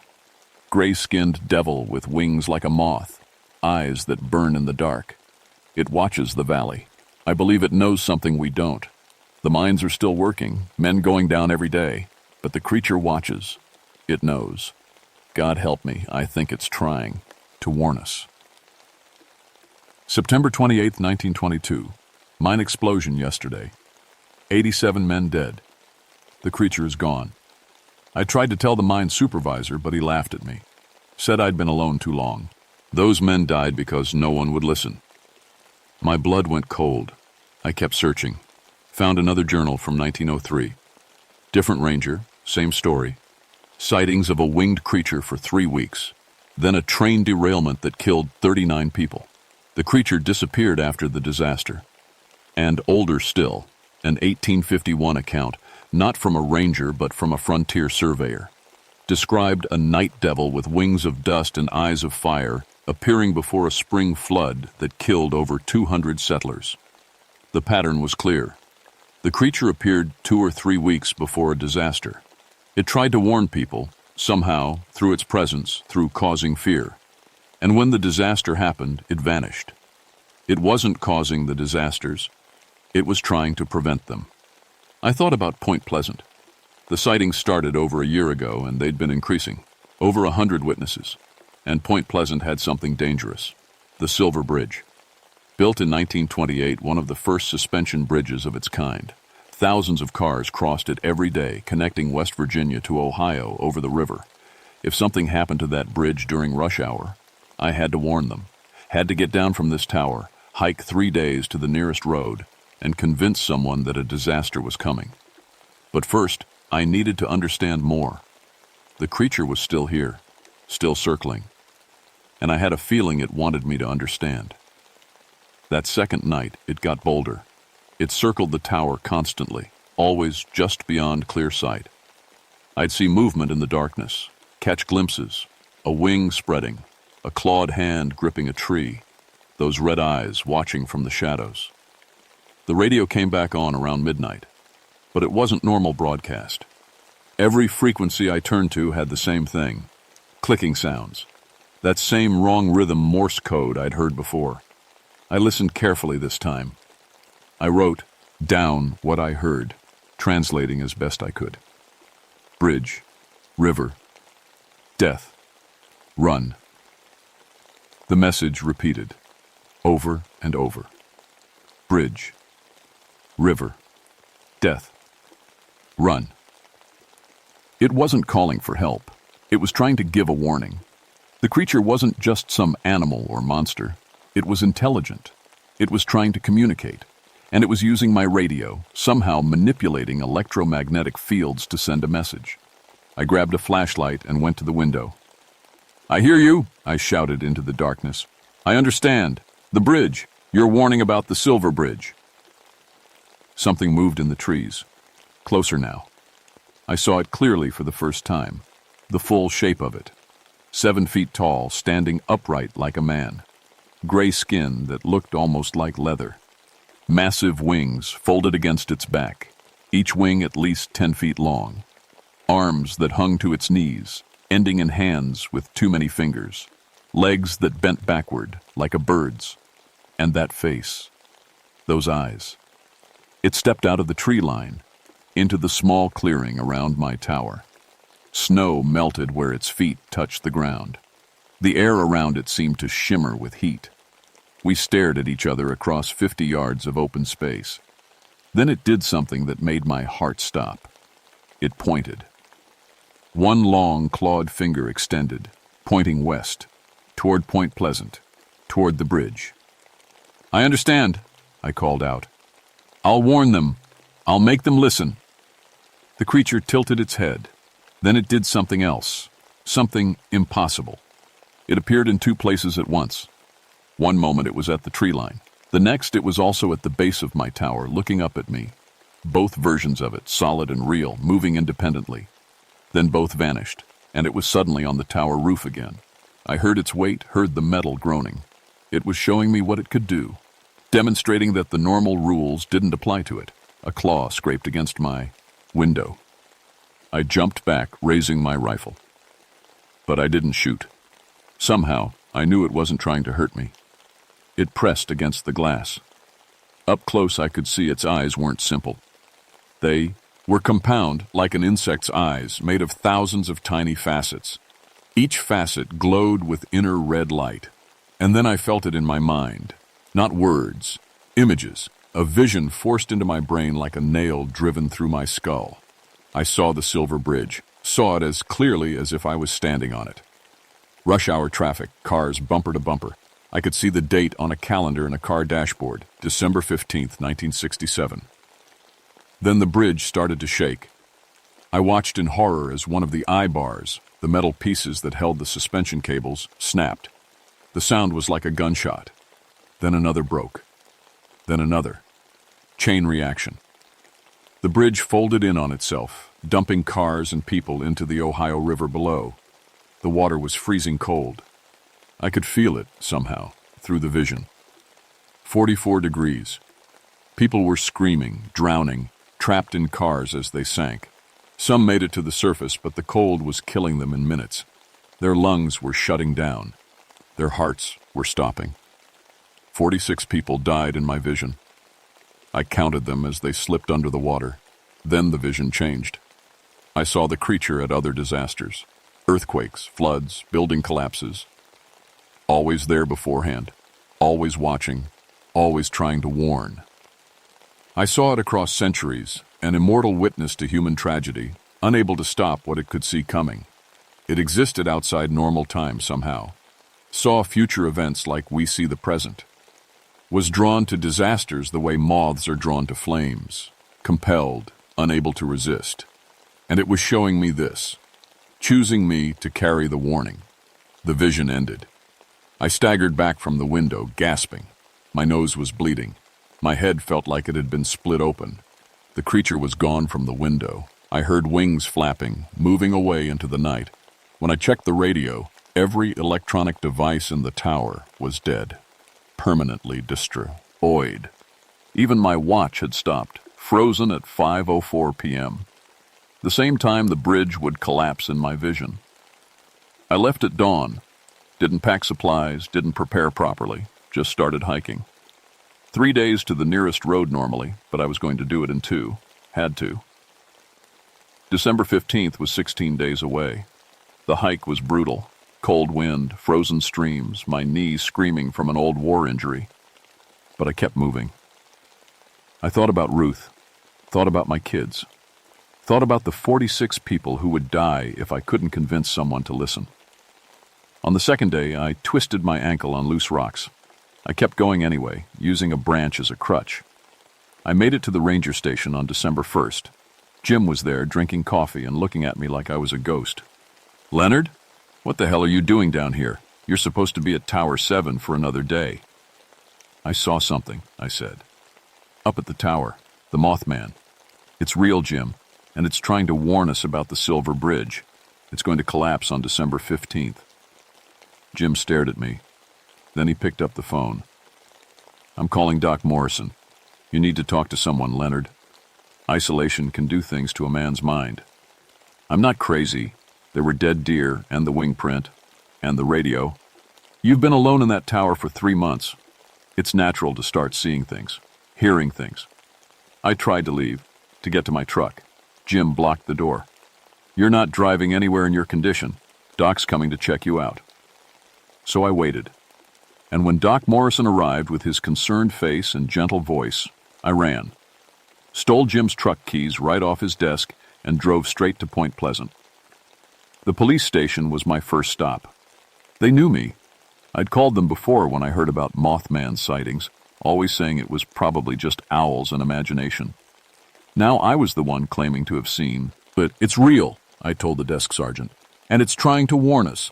The Silver Bridge is going to collapse on December 15th. You need to close it, get engineers to inspect it. Immediately. The sergeant looked at me with pity. Leonard, we appreciate your concern. But the bridge was inspected 3 months ago. It's perfectly safe.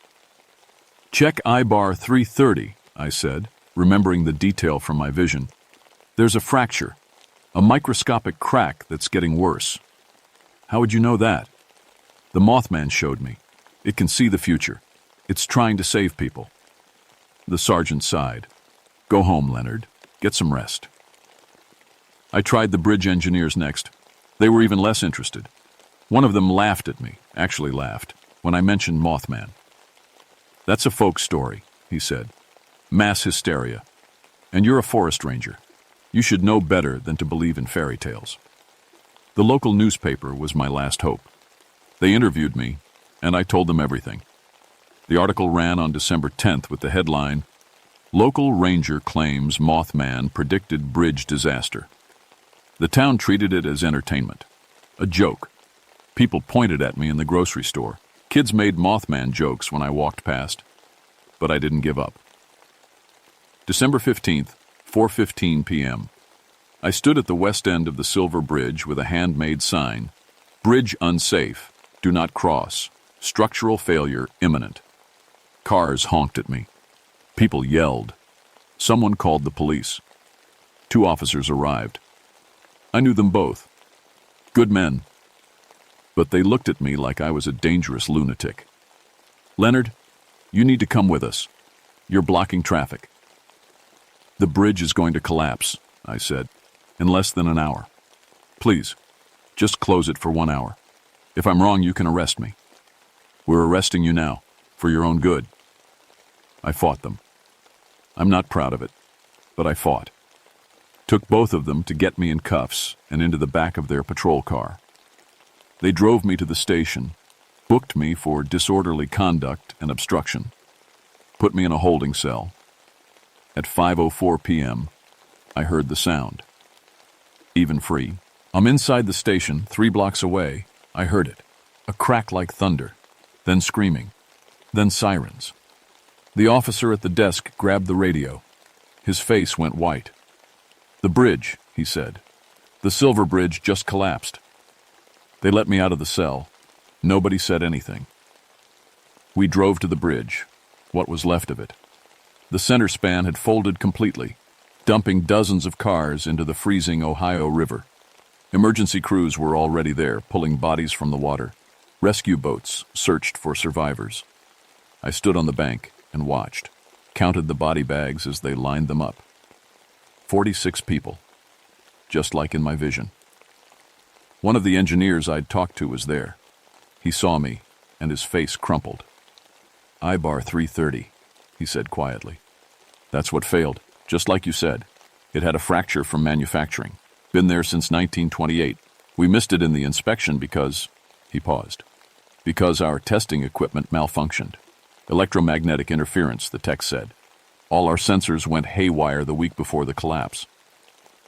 I didn't say anything. What could I say?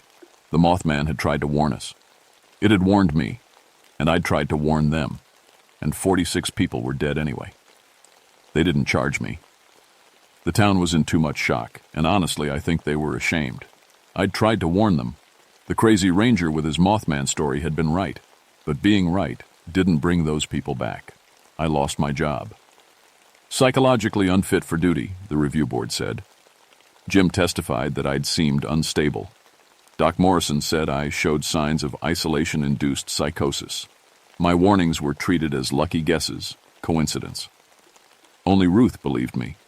She saw my broken watch, still stopped at 5:04, saw my ruined radio equipment, fried by electromagnetic pulse. Saw the Polaroid photos of the dead deer and the wing print. "You tried," she said, holding me while I cried. "You did everything you could." But it wasn't enough. 46 people were dead. I saw their faces in my dreams. Still do. I spent the next 5 years in and out of hospitals, depression, PTSD, survivor's guilt, though I hadn't been on the bridge. The psychiatrists called it prophetic trauma, believing yourself responsible for a tragedy you couldn't prevent. They gave me pills, therapy. None of it helped. Then, in 1973, something arrived in my mailbox. An unmarked envelope, no return address. Inside was a single moth wing, 10 inches long, gray and delicate like tissue paper. But it wasn't from any species I could identify. Too large, wrong structure, and a note, handwritten in letters I didn't recognize. Chicago, March. Flight 191. Engine failure. You know now how to make them listen. My hands shook as I read it. The creature was still out there, still seeing disasters before they happened. And it was asking me to try again. I called the FAA, called the airline, told them Flight 191 would have an engine failure in March 1974, that they needed to inspect the aircraft immediately. They dismissed me. The Silver Bridge lunatic, calling with another crazy prediction. March 3rd, 1974. Flight 191 lost an engine on takeoff. The plane crashed. 78 people died. The moth wings kept coming. Before every disaster. Floods, fires, building collapses. Each time, I'd call authorities. Sometimes they listened. I saved over 200 people from a hotel fire in 1976, convinced them to evacuate based on a tip. But usually, they didn't listen until after the bodies were counted. The last moth wing arrived in 1985. No note this time, just the wing, gray and ghostly. I knew what it meant. 2 weeks later, I had a heart attack. Ruth found me at my desk surrounded by newspaper clippings of all the disasters I'd predicted. The moth wings were pinned to the wall behind me, like a butterfly collection. 43 disasters. I'd been right 43 times out of 57 warnings. That's hundreds of people who lived because I was willing to be called crazy. The autopsy showed something the doctors couldn't explain. My eyes had changed, developed a crystalline structure in the retinas that shouldn't exist in human tissue. The structure was similar to what's found in moths, compound eyes that can see wavelengths of light humans can't normally perceive. I was changing, becoming more able to see the way the creature saw. Point Pleasant built a Mothman statue in 2003. They have a museum now, an annual festival. Tourists come to take pictures, buy t-shirts, treat it all like a fun story. But it's not a story. The creature is real. I saw it. It showed me things that came true. And it's still out there, trying to warn us about disasters we refuse to prevent. If you see something with glowing red eyes, watching you from the darkness, something too large, something with wings, don't run. Don't assume you're crazy. Listen, because it's not there to hurt you. It's trying to show you something terrible that hasn't happened yet, something you might be able to stop. The tragedy isn't the creature. The tragedy is that we ignore the warnings. We call the messengers crazy, and then we count the bodies and say nobody could have known. But somebody did know. I knew, and I tried. God knows I tried. If you see it, tell everyone. Scream from rooftops if you have to. They'll mock you. They'll call you insane. But if you save even one person, it's worth it. Every single person you save is worth being called crazy for the rest of your life. Trust me on that. I learned it the hard way. The Mothman is still out there, still watching, still trying to warn us.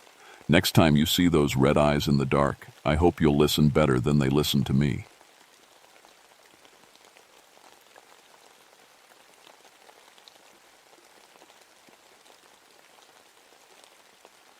My name is Robert Driscoll, but everyone calls me Bobby. I've been a forest ranger in the New Jersey Pine Barrens for 21 years. My father did this job for 30 years before me, and his father before him.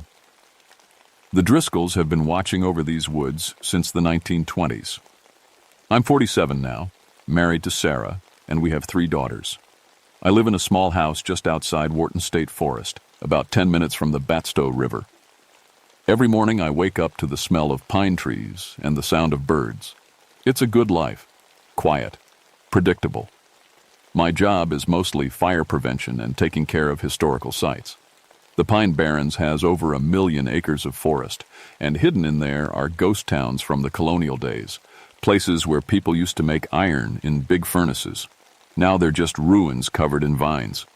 I manage controlled burns to prevent wildfires, help lost hikers, and give tours to school kids who want to learn about history. Growing up here, I heard all the stories. Every kid in South Jersey knows about the Jersey Devil. The legend says that back in 1735, a woman named Mother Leeds had 13 kids. When the 13th was born, she cursed it, saying, "Let this one be a devil."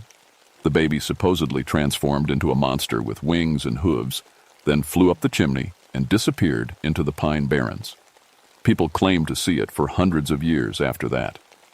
In 1909, there were mass sightings all across South Jersey.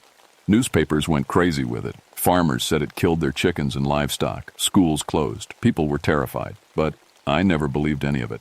Not really. My dad used to laugh about it. Good for tourism, he'd say. Keeps the gift shops in business. I figured people were seeing sandhill cranes, tall birds with long necks that look strange when you catch them in the dark, or maybe owls. The woods play true. Ick's on your mind at night, especially if you're already scared. I'd been on hundreds of search and rescue operations. I'd seen bear attacks, helped people who broke their legs miles from any road, found lost children crying in the dark. But I'd never seen anything I couldn't explain. The Pine Barrens was dangerous, sure. You could get lost easy, and there were places where the cedar swamps could swallow you up if you weren't careful. But it was a natural danger, not supernatural. October 1981 was warm that year, unseasonably warm. The leaves should have been changing colors and falling, but they were still green on the trees. At night, thick fog rolled in from the swamps, making everything look like a dream. We were coming up on the new moon, and the woods got darker than usual. On October 23rd, I got a call on my radio around 9 a.m. It was dispatch, and the woman's voice sounded shaky. "Bobby, we need you at Cedar Bridge right away. There's been an incident with 2 hunters. State police are on their way." "What kind of incident?" I asked, already grabbing my keys. "One of them is dead. The other one, he's not making sense. He keeps screaming about something attacking them." I grabbed my gear and my dog Tucker, a German shepherd trained for search and rescue. He'd been with me for 6 years and never failed on a search. As I drove through the sandy back roads, I tried to imagine what happened. Hunter accident, probably. Someone shot their buddy by mistake and panicked. It happened sometimes, though not often. When I arrived at Cedar Bridge, there were already 3 state police cars there. I saw officers standing around looking uncomfortable, and one of them was throwing up in the bushes. That made my stomach tighten. These were experienced cops. What could make them react like that? Sergeant Mike Torres walked over to me. We'd worked together on search operations before. His face was pale. "Bobby, I've been doing this job for 15 years, he said quietly. "I've never seen anything like this." "Show me," I said. He led me down a narrow trail into the woods. Tucker walked beside me, but I noticed his ears were flat against his head. That was wrong. Tucker loved the woods. He should have been excited, nose to the ground, ready to work. We walked for about 5 minutes, and then I saw it. Dennis Shaw was hanging from a tree branch about 8 feet off the ground. His body was torn open from chest to stomach, and his intestines were hanging out. 3 massive claw marks ran across his torso, parallel gashes, each about 18 inches long and 2 inches deep. His face was frozen in an expression of pure terror. I'd seen bear attacks before. This wasn't that. The claw marks were too clean, too deliberate, and bears don't hang their victims in trees like trophies. "Where's the other hunter?" I asked. "Paul Kowalski. We found him about an hour ago," Torres said. "He's alive, but Bobby, he's not really there anymore. Something broke inside his head." They had Paul Kowalski sitting in the back of an ambulance with a blanket wrapped around him. He was a big guy, probably 40 years old, looked like he worked construction. But right now, he was rocking back and forth like a little kid, staring at nothing. I sat down next to him. "Paul, my name is Bobby Driscoll. I'm a forest ranger. Can you tell me what happened?" His eyes slowly focused on me. His lips started moving. "Red eyes," he whispered. "Hooves. It had hooves, but it stood like a man. Wings. Big wings like a bat. It grabbed Dennis, lifted him right up into the air like he weighed nothing.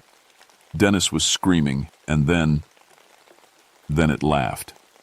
Bobby, it laughed while it killed him. Paul, was it a bear? Maybe. No! He grabbed my arm with surprising strength. It wasn't a bear. It had a horse's face. A horse's face with teeth. And it spoke. It said, "Mine. This is mine." Then it looked right at me and it smiled. God help me, it smiled. And it flew away. The paramed boys. Ike's gave him a sedative and took him away. I stood there watching the ambulance drive off, trying to make sense of what he'd said. The man was in shock, traumatized. His mind was making up explanations for something terrible. But those claw marks. I went back to examine Dennis Shaw's body more carefully. The medical examiner had arrived, a woman named Dr. Chen, who I'd worked with before. "What are we looking at here?" I asked her. She shook her head slowly. "Honestly, if I had to guess, I'd say raptor talons, like an eagle or a hawk, but scaled up to an impossible size.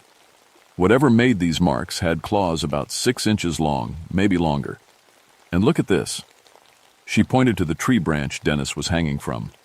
"The bark is torn here, like something with incredible strength grabbed the branch and bent it. The wood fibers are compressed in a way I've only seen with industrial equipment." I looked around the immediate area. The forest was completely silent. In 21 years, I'd never heard the pine barrens this quiet. No birds, no insects, no rustling in the underbrush. Even the wind seemed to have stopped. Tucker refused to get out of my truck. He was whimpering with his tail tucked between his legs. This was a dog who'd tracked people through swamps, who'd found bodies in advanced decomposition, who'd never once hesitated to work. Now, he wouldn't leave the vehicle. I tried my radio to call back to the station. Static, loud, painful static with something underneath it. A high-pitched sound, almost like a horse screaming mixed with a woman's shriek. All 4 of our walkie-talkies were doing the same thing. The state police radios, too. "Equipment malfunction," Torres said, but he didn't sound convinced. "We found tracks near where Paul had been discovered. At first I thought they were deer tracks, cloven hooves, about 8 inches long. But then I noticed something wrong. There were only 2 tracks, not 4. 2. Like whatever made them had been standing on 2 legs. I took photographs and made plaster casts, my hands shaking slightly. There had to be a rational explanation. Maybe someone had killed Dennis with a weapon designed to look like claw marks. Maybe they'd worn some kind of fake hooves to leave confusing tracks. Maybe Paul had killed his friend and made up this crazy story. But deep down, in a place I didn't want to acknowledge, I remembered something. My grandfather's funeral, when I was 12 years old. My father had gotten very drunk that night, which wasn't like him. He'd pulled me aside and said, "Bobby, if you ever see something in these woods that doesn't make sense, something impossible, remember that your grandfather saw it too, and it didn't break him. Don't let it break you." I'd thought he was just grief-talking. Now I wasn't so sure. At 2 p.m., we found Paul Kowalski again. He'd escaped from the ambulance while they were stopped at a gas station. We discovered him curled up inside a hollow tree about a mile from where Dennis died. He was covered in dirt, fingernails broken and bleeding from clawing at the ground. When we pulled him out, he looked at me with completely empty eyes and said in a flat voice, "It's still watching. It never stops watching. It owns everything here. Everything." Then he started laughing. A high, broken laugh that made my skin crawl. They took him to psychiatric care. I later learned he never spoke another coherent sentence for the rest of his life. That evening I was sitting in my truck filling out paperwork when I smelled something strange. Sulfur, like rotten eggs, but stronger, more chemical. I looked around but couldn't see any source for it. The smell got stronger, making my eyes water. Then I heard it. Wing beats. Massive wing beats, like someone shaking out a huge canvas tarp. The sound came from directly above me. I looked up through the windshield and saw a shadow pass overhead, blocking out the fading sunlight. The wingspan was enormous. 12 feet, maybe 15. Way too big for any bird in New Jersey. The shadow circled once, and then I heard a shriek that made my teeth ache and my hands go numb. It was like a horse screaming, but mixed with metal scraping on metal and a woman's scream all at once. Then silence. I sat in my truck for 10 minutes, heart pounding, telling myself I'd seen a large bird. Maybe a turkey vulture. Maybe my eyes were playing tricks in the fading light. But I knew what I'd seen, and I knew it wasn't a bird. I should have gone home that night. Sarah was making dinner, and my daughters would want to hear about my day. But I couldn't stop thinking about those claw marks, those tracks, Paul's empty eyes. Instead, I drove to the ranger station and dug through the old files.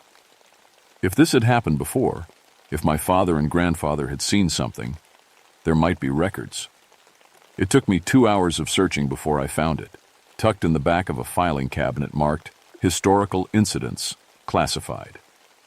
The file was from 1953, and it was marked in red ink. Do not share. State officials only. Inside were photographs. Black and white, faded but clear enough. The same claw marks on a tree. The same cloven hoof prints, 2 of them like something standing upright. A plaster cast of the tracks. And a photograph of something dark flying against a twilight sky, too blurry to make out details but clearly showing massive wings. The final page was a report written by my grandfather, Robert Driscoll, Sr. His handwriting was shaky. September 15, 1953. 2 hikers killed in Batstow area during new moon. Evidence suggests Jersey Devil legend has basis in fact. Entity demonstrated territorial behavior and extreme aggression. Victims were found drained of blood. Recommend immediate evacuation of Batstow historical area and closure of surrounding forest. Request. Denied by state officials. Ordered to see. Classify incident as bear attack. God forgive us for lying. My hands were trembling as I read it. My grandfather had seen this thing. He'd known the truth, and they'd forced him to hide it. There was a knock on the station door that made me jump. It was Elizabeth Montgomery, senior ranger, been working the Pine Barrens for 30 years. She was in her 60s now, tough as nails, didn't scare easy. Bobby, she said quietly, I heard about what happened today. We need to talk. She sat down across from me and saw the file open on the desk. Her face went pale. So you found it, she said. I was hoping you wouldn't have to. Elizabeth, what the hell is going on? She was quiet for a long moment, then said, This is the 3rd time in my career. 1953, I was a junior ranger, 22 years old. I saw the bodies, I saw the tracks, and I saw your grandfather's face when he came back from that scene. He was never the same after. 1971, same thing. 2 dead, same claw marks, same hoof prints. And now, 1981. Are you telling me? I'm telling you that the Jersey Devil is real, she said, looking me straight in the eye. And it kills during the new moon in October. Always has. Your grandfather knew. Your father knew.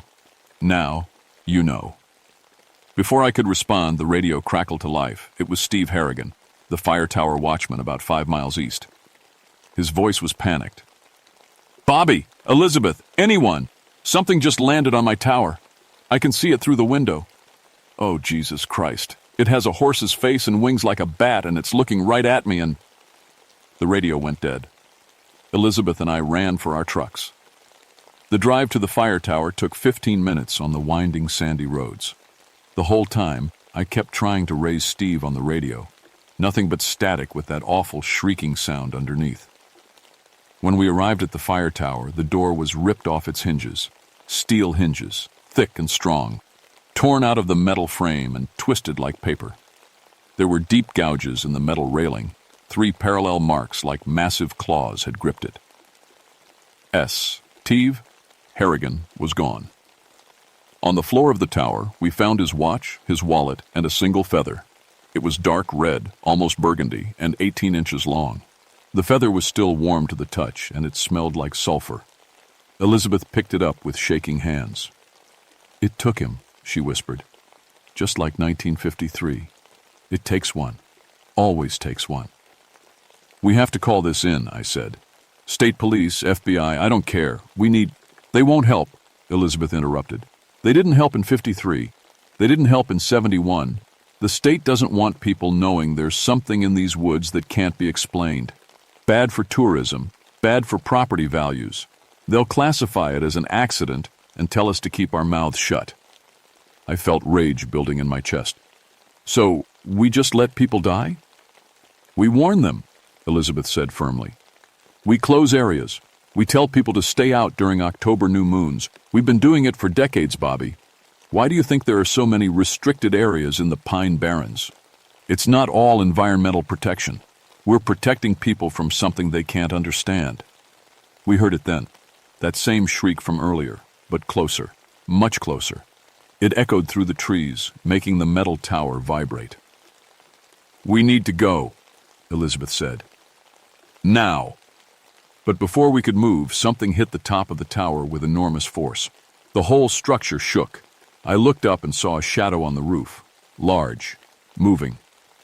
"Run!" Elizabeth shouted. We scrambled down the tower stairs. Behind us, I heard the metal roof peeling back like someone opening a tin can. Then the wing beats, huge, powerful, getting closer. We made it to my truck and I floored the gas pedal, tires spinning in the sand. In the rearview mirror, I saw something launch from the fire tower, something with wings spread wide, silhouetted against the stars. It followed us for about a mile, staying just above the treetops. Then, suddenly, it veered off and disappeared into the darkness. Elizabeth was crying. I'd never seen her cry before. "It's getting bolder," she said. "In 53, it stayed hidden. In 71, it only came out deep in the forest. But now, Bobby, it attacked a fire tower. It's not hiding anymore." We drove to the Batstow Village ruins, the old iron furnace site from colonial times. Elizabeth said we'd be safer in the open, where we could see it coming. We parked under the old furnace structure, a massive brick building that had been abandoned for over 100 years. "Your grandfather's journal," Elizabeth said. "Do you still have it?" "Journal? I didn't know he kept one." "He did. After 53, he wrote everything down. Your father kept it hidden. Check his old footlocker, the one in your garage." I called Sarah on the phone at the station, told her to go to the garage, find my father's old army footlocker, and look for a journal. She was confused, but did it. 20 minutes later, she called back. "Bobby, I found it. This is crazy. Your grandfather wrote about seeing something in the woods, something he called the devil. Should I read it to you?" "Yes, all of it." She read for 10 minutes. My grandfather's entries from 1947 to 1953. He'd seen it multiple times. Described it exactly like Paul Kowalski had. Horse face, bat wings, cloven hooves, standing upright like a man. He'd watched it kill a deer by grabbing it with 3 clawed hands and flying away with it. But there was one entry that made me stop breathing. December 1947. Met with Henry Matthews, last surviving member of the Batstow Ironworks family. He is 93 years old. He told me the truth about the Jersey Devil. In 1820, his grandfather made a compact with it. The creature is ancient, was here long before Europeans arrived. The Leeds family story is fiction to cover the truth. The creature agreed to leave humans alone if we maintained the forest and respected its territory. The iron founders forged a ceremonial ring from Batstow furnace iron and presented it to the creature as a symbol. Henry says the creature is intelligent, speaks English, and honors agreements. But it is also territorial and vicious to those who violate the compact. He warned me, never enter the deep forest during October new moons. That is when it hunts. "The ring," I said to Elizabeth. "Is it still here?" She nodded slowly. "I've seen it. It's in the old furnace built into the wall. Your grandfather showed it to me in 1953. He used it to ward the creature off, held it up, and reminded it of the agreement." We searched the ruins of the furnace building with our flashlights. The ring was exactly where Elizabeth remembered. A thick iron circle about 8 inches across, built into the brick wall at chest height. It was pitted with age, but still solid. I tried to pull it out, but it wouldn't budge. Then we heard the wing beats again. This time it was directly overhead, circling. The sulfur smell was overpowering. "It's here," Elizabeth whispered.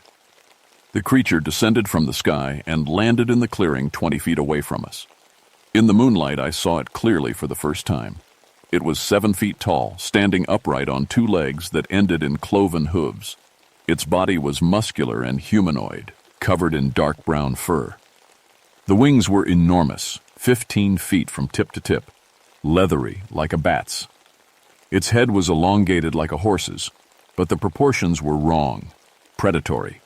Red eyes glowed in the darkness. When it opened its mouth, I saw rows of sharp teeth behind the horse-like lips.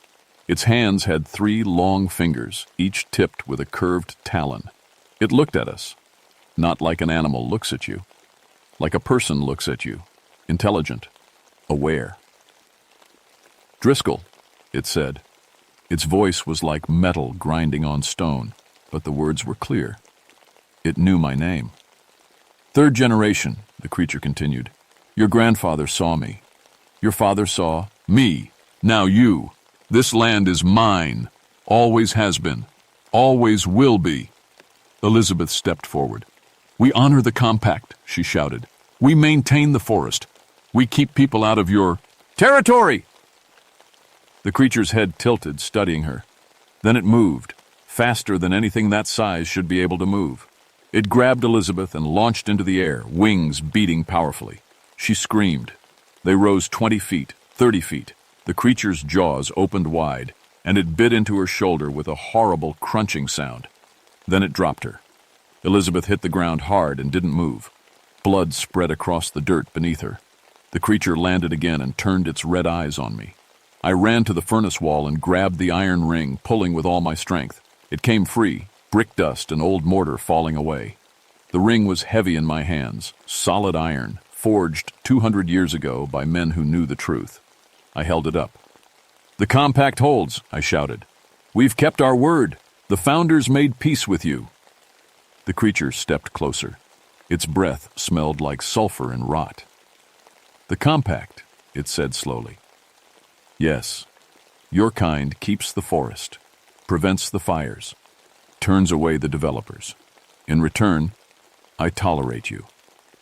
"Then why?" I demanded, my voice breaking. "Why kill Dennis Shaw? Why take Steve Harrigan? Why hurt Elizabeth?" "They violated," the creature said simply. "The hunter killed 3 does last week in the deep forest, my forest, and left the bodies to rot.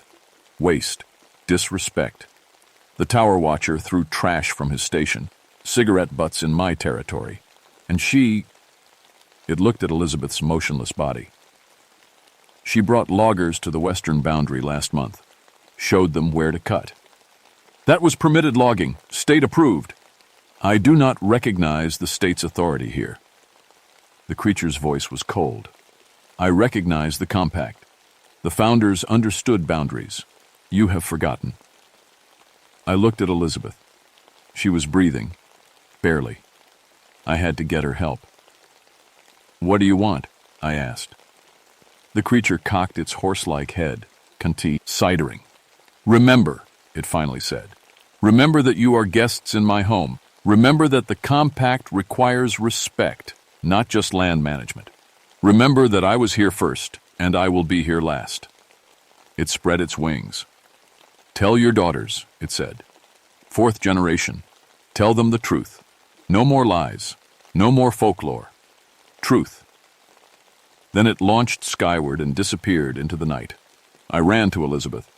She was alive, but her arm was mangled, bone showing through torn flesh.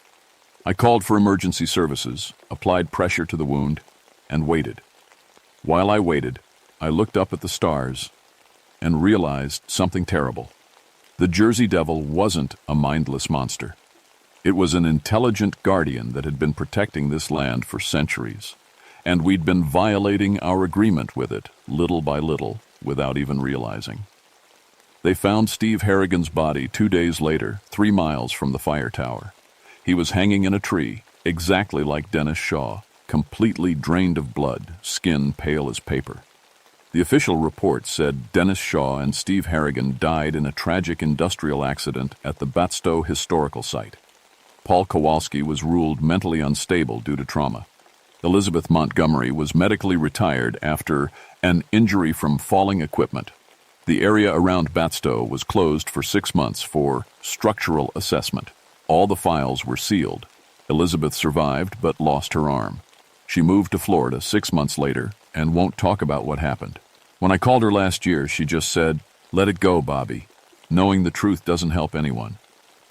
But I can't let it go. I found more of my father's notes hidden in the attic.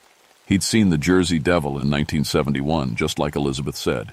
He wrote about how it had killed 2 teenagers who'd been starting fires in the deep forest for fun. The creature had carried them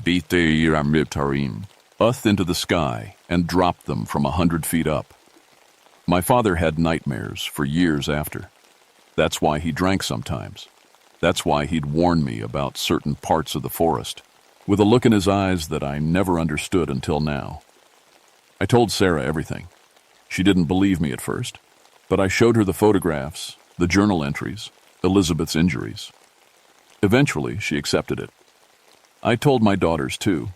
They're older now, 16, 14, and 12. I showed them the boundaries on a map, the areas where they must never go during October, especially during the new moon. I told them about the compact, about respecting the forest, about the price of violation. My oldest daughter asked, "Why doesn't someone just hunt it? Kill it?" I thought about those red eyes, that intelligence, that ancient presence. "Because it's not an animal," I said. "It's something else, something that's been here longer than us. And maybe it has a right to defend its home." Paul Kowalski died in 1993, still in psychiatric care. He never spoke again after that day. But the nurses said he used to stare out the window at night, especially during new moons in October, and tears would run down his face. I've been a ranger for 28 years now. I enforce the restricted areas more strictly than ever. When people ask why they can't hike certain trails, I tell them it's for environmental protection. But really, I'm protecting them from the truth. Last October, during the new moon, I was doing a night patrol near Batstow. The woods were dead silent, and I smelled sulfur. I looked up and saw a shadow circling overhead, massive wings silhouetted against the stars. I held up the iron ring that I now keep on a chain around my neck. The shadow circled once more, then flew away. The compact still holds. Barely. If you're planning to visit the Pine Barrens, I need you to understand something. If you smell sulfur with no source, turn back immediately. If you hear horse-like screaming at night, get in your car and leave. If you see large cloven hoofprints too, had only show 2 feet instead of 4, run. And during October new moons, especially between sunset and sunrise, stay out of the deep forest entirely. The government knows about things like this. They have protocols, classification systems, containment procedures. Rangers like me are the buffer between the supernatural and the public. We keep people out of certain areas not because of environmental protection, but because we're protecting people from things they can't comprehend. Things that were here long before us and will be here long after. The Jersey Devil is real. It has been real for 300 years, and it's still out there, watching over its territory, enforcing the compact that most people don't even know exists. My daughter Emily is studying to be a forest ranger. She'll be the 4th generation of Driscolls to protect these woods. I'm teaching her everything my father taught me, everything my grandfather learned the hard way. Last week, she asked me, "Dad, are you scared of it?" I thought about that for a long time before answering. "Yes," I said. "But I also respect it. Fear and respect. Sometimes they're the same thing." I still wake up sometimes hearing wing beats overhead. I still smell sulfur in my dreams. And every October, when the new moon comes around, I make sure I know exactly where my family is. Because the truth is this: we don't own the Pine Barrens. We never have. We're just allowed to live here, as long as we remember the rules. And the Jersey Devil is making sure we never forget.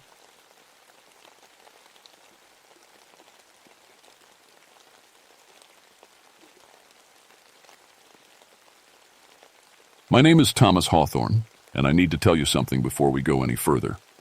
What I'm about to share with you is the reason I quit being a ranger in 1977. It's why I never went back into those woods. And honestly, it's why I still sleep with the lights on sometimes. I spent 14 years as a ranger in Gifford-Pinchot National Forest up in Washington State. Before that, I was a Marine. I've seen combat. I've seen men die. I thought I knew what fear was. I was wrong. People always asked me about Sasquatch. Every single camping trip, someone would bring it up around the fire. "Hey, Ranger Tom, you ever see Bigfoot out there?" They'd laugh, expecting me to tell some spooky story. But I never had one to tell. 20 years of camping and hunting, 14 years working in those mountains, I never saw anything I couldn't explain. Bears making weird sounds, elk rubbing trees, shadows playing tricks. That's all it ever was. My wife Sarah used to tease me about it. "For someone who lives in the woods, you're awfully practical," she'd say. She died in 1975, car accident on the highway. After that, the forest became my escape.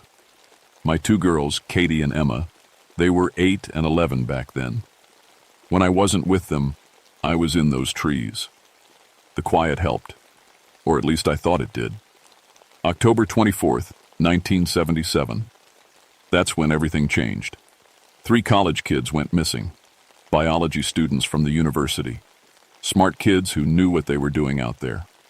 Rebecca Mills, David Chen, and Jennifer Walsh. They were studying elk migration patterns for their senior project. They'd checked in with us 4 days earlier, heading into the Pine Ridge sector, 40 miles from the nearest road. Real deep wilderness.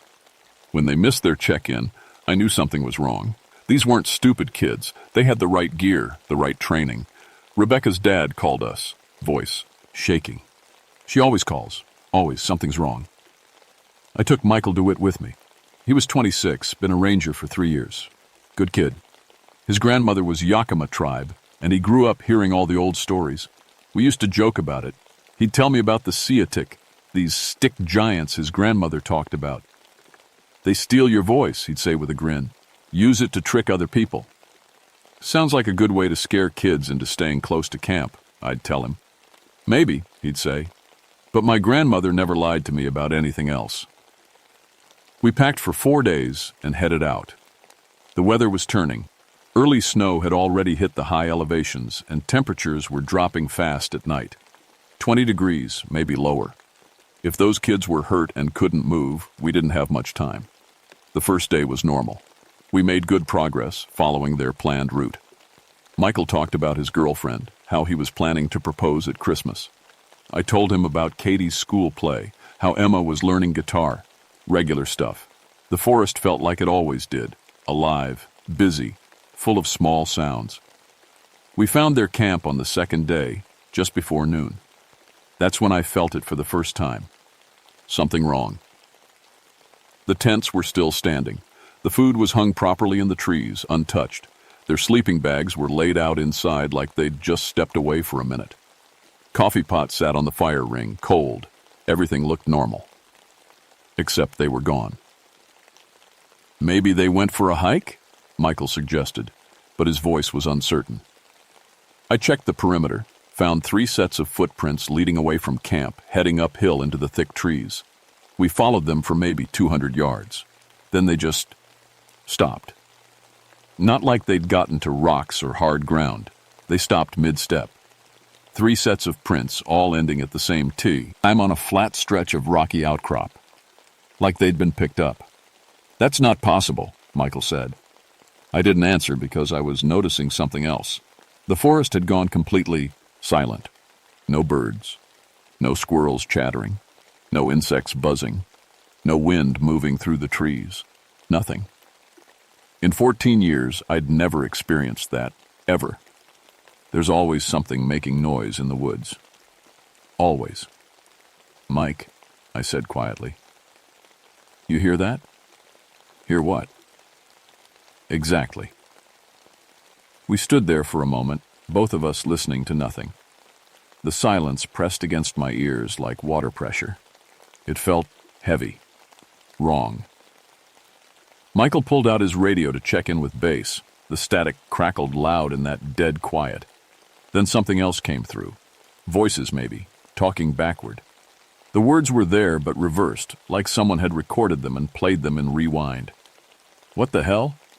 Michael turned the dial, but the sound continued for a few more seconds before cutting to normal static. "Equipment malfunction," I said, not believing it. That's when I saw the blood. The blood wasn't on the ground. It was on the trees. 15 feet up the trunk of a massive Douglas fir, someone had splattered blood in a long smear. It continued to the next tree, same height, then the next. "It's like something was bleeding while it moved through the canopy," Michael whispered. My throat went dry. Nothing does that. Nothing big enough to bleed that much. But we followed it anyway. What else could we do? The blood trail led us uphill for almost half a mile.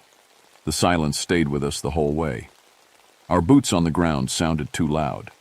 Our breathing sounded like wind in a tunnel. And that was it. Just us. The trail ended at a massive old-growth fir. Michael pointed up. Rebecca Mills was sitting in the fork of the tree, 30 feet above us. She looked almost peaceful at first, sitting up there like she was resting. But as my eyes adjusted, I saw the details. Her neck was bent at an angle that made my stomach turn. Broken. Her body had been arranged carefully. Pussy one like someone had taken time to make her comfortable. Her face was frozen in terror, eyes wide open, and her mouth, her mouth was stretched impossibly wide, jaw dislocated, hanging open like a snake preparing to swallow something. "Get her down," I heard myself say. "We need to get her down." Michael just stared. "How did she get up there?" "I don't know, but—" "No, Tom. How?" "She couldn't climb. Her neck is broken. Someone put her there." He was right. I didn't want him to be right, but he was. And that's when I noticed her tongue was missing. Michael got on the radio. His hands were shaking as he called it in. "Base, this is DeWitt. We found one of them. Rebecca Mills. She's deceased. We need backup and recovery team." The radio crackled. Normal static this time. Then, "Don't look up." Michael's voice, coming from the radio. But Michael hadn't said anything. We both stared at the radio. Then we looked at each other. "That wasn't me," Michael said. The radio spoke again in his voice. "Don't look up. Don't look up. Don't—" I grabbed the radio and shut it off. My heart was hammering. "We're leaving, right now." "What about now, Mike?" But we both looked up anyway. We couldn't help it. Something was up there in the canopy. Something big. It moved between the trees, 30 feet above the ground. Bipedal. Covered in matted reddish-brown hair. But the proportions were all wrong. The arms reached between tree trunks that were 8 feet apart. Reached easily, like you or I would spread our arms wide. It was matching our movements. When I stepped left, it moved left. When Michael backed up, it followed. We never saw its whole body.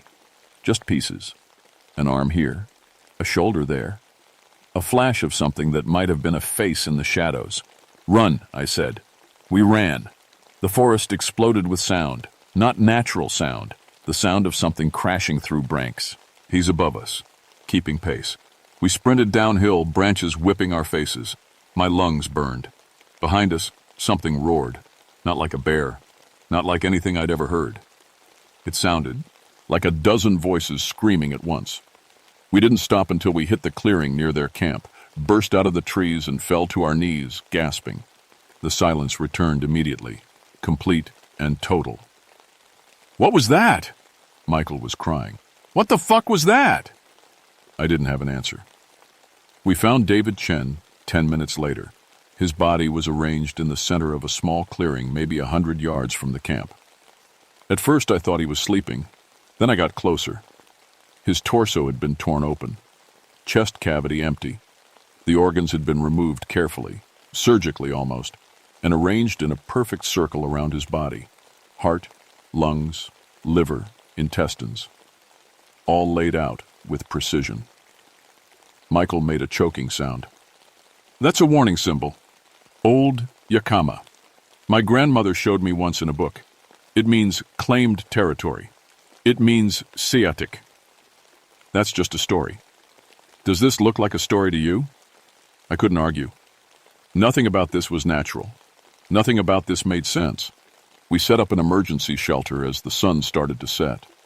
Neither of us wanted to stay, but we couldn't hike in the dark, not with that thing out there. We'd radio for helicopter extraction at first light.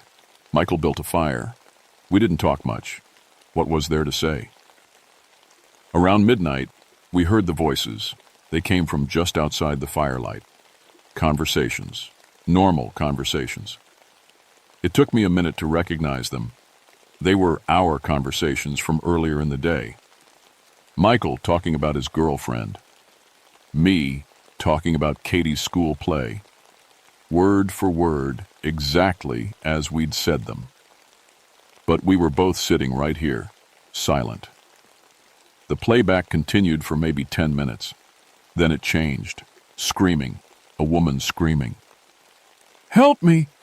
Please, someone help me! I'm hurt! Jennifer, the third student. Michael jumped up. That's her! She's alive! I grabbed his arm. Wait! She's alive! Tom! That's not her. Listen to it. Really listen. The screaming was perfect. Too perfect. Like a recording. It repeated the same phrases in the same order. Help me! Please, someone help me! I'm hurt! Michael pulled away from me. I can't just leave her. Mike, don't... But he was already running toward the sound, flashlight bobbing in the darkness. I heard him crashing through the brush. Then his flashlight stopped moving. Mike, I called. Silence. Michael! Then I heard him scream. It went on for a long time, longer than seemed possible, and then it just stopped. I spent the rest of the night by the fire, gun in my hand, listening to the silence. Dawn came slowly. The light filtered through the trees like it was afraid to arrive. I had to find Michael. I knew what I'd find, but I had to look anyway. I found him a quarter mile from camp, suspended between two trees. His intestines had been stretched between the trunks like rope. He was still barely alive when I reached him. His eyes found mine. His lips moved. I leaned close. It learned my voice, he whispered. Blood bubbled at the corner of his mouth. Used my voice. On the radio. Called for backup. My blood went cold. What? Called them. Told them we're fine. Bringing everyone down. His eyes were glazing over. It's a trap. Mike, stay with me. But he was gone. I checked his radio. It was still on. I rewound the log. There it was. Michael's voice from 3 hours ago. Base, this is DeWitt. False alarm. Everything's fine. Found all 3 students. They just wandered off. Bringing everyone down now. Over. A rescue team was on their way. Walking right into this. I had to warn them. But the only place my radio would reach was the ridgeline. 5 miles straight up the mountain. 5 miles of steep climbing through dense forest with that thing somewhere in the trees. I grabbed my pack and started moving. The silence followed me like a living thing. Every step I took sounded like thunder. My breathing echoed back at me from the trees. But there was nothing else. No birds, warning each other about the predator moving through their territory. No small animals scurrying away. Nothing. I saw it for the first time, really saw it, about an hour into my climb. I'd stopped to catch my breath on a fallen log. When I looked up, it was standing 30 yards away between 2 massive trees. 9 feet tall, maybe more. covered in reddish-brown hair that was matted with dirt and what looked like blood. The arms hung down past its knees. Too long. Impossibly long. The shoulders were massive, hunched forward. But the face. God. The face. Most of it was hidden behind the hair. But I could see the eyes. Yellow. Like a wolf's eyes in lamplight. And the jaw. It hung open too wide, just like Rebecca's had. Unhinged. We stared at each other. I couldn't move. Couldn't breathe. Then it made a sound. Thomas? My wife's voice. Sarah's voice. Perfect. Exactly as I remembered it. Thomas, I'm so tired. Why don't you rest? Just for a minute. I raised my gun with shaking hands. Don't leave the girls, Thomas. They need you. Just rest. I fired. The shot echoed through the dead forest. I saw the bullet punch through its chest. No blood. No reaction. Just a hole that closed back up like water smoothing over. Katie and Emma are waiting, Thomas. Put down the gun. I fired again and again, emptied half the magazine into it. It took a step forward. I ran. Behind me I heard it following. Not running, just walking. Heavy footfalls that shook the ground. And voices. So many voices now. Sarah, my girls, Michael, Rebecca, David. All of them talking at once, overlapping, calling my name. I didn't stop. I couldn't. The climb became a blur. Branches tore at my face. Rocks shifted under my boots. My lungs burned. The voices followed, sometimes close, sometimes distant, but always there. Daddy, where are you? Emma's voice. Perfect. We're scared, Daddy. Katie now. I knew we. Rent real. I knew it. But hearing their voices in this place, scared and calling for me, it took everything I had to keep moving forward. The terrain got steeper. I was using my hands now, pulling myself up between rocks. The thing was still following. I could hear it moving through the trees above me, using the canopy like a highway. I pulled myself over a ledge and stopped. The ridgeline was maybe a quarter mile ahead. I could see it through the trees, open sky, sunlight. That's when I heard the voices change. They all started screaming, every voice it had stolen, all at once. A chorus of agony and terror that made my teeth ache. The sound seemed to come from everywhere. Then they started talking backward. Dozens of voices speaking words in reverse, overlapping, building into this horrible symphony of wrongness. And through it all, one voice came clear. My own voice. I'm bringing them down. Everything's fine. The thing was still using Michael's recording, still calling that rescue team. I had to reach the ridge. I pushed forward, legs shaking with exhaustion. The voices followed. The thing followed. I broke through the tree line onto the ridge just as the sun hit full strength. Bright, beautiful daylight. I'd never been so grateful to see the sun. I fumbled for my radio. Base, this is Hawthorne. Do not respond to DeWitt's last call. Repeat, do not send team. It's a trap. Multiple casualties. Need immediate. The radio died in my hand. Battery gone. Behind me, branches snapped. Something was coming through the trees. I turned. It stepped out of the shadows into full daylight for the first time. In the full light of day, it was worse than I'd imagined. The creature stood at least 9 feet tall, but it was the build that was most wrong. The torso was massive, barrel-chested, but it narrowed at the waist in a way that looked almost insect-like. The arms were as long as I was tall, ending in hands that had too many fingers, 7 on each hand, all tipped with black claws. The hair was reddish-brown and matted, but underneath I could see old scars, hundreds of them. This thing was ancient. It had survived things that should have killed it. But the face was the worst part. The eyes were set too far apart, yellow and intelligent. Too intelligent. This wasn't an animal. The nose was flat, nearly flush with the face. And the mouth, the jaw unhinged like a snake's, dropping down to reveal rows of teeth that looked almost human except for the 4 longer fangs.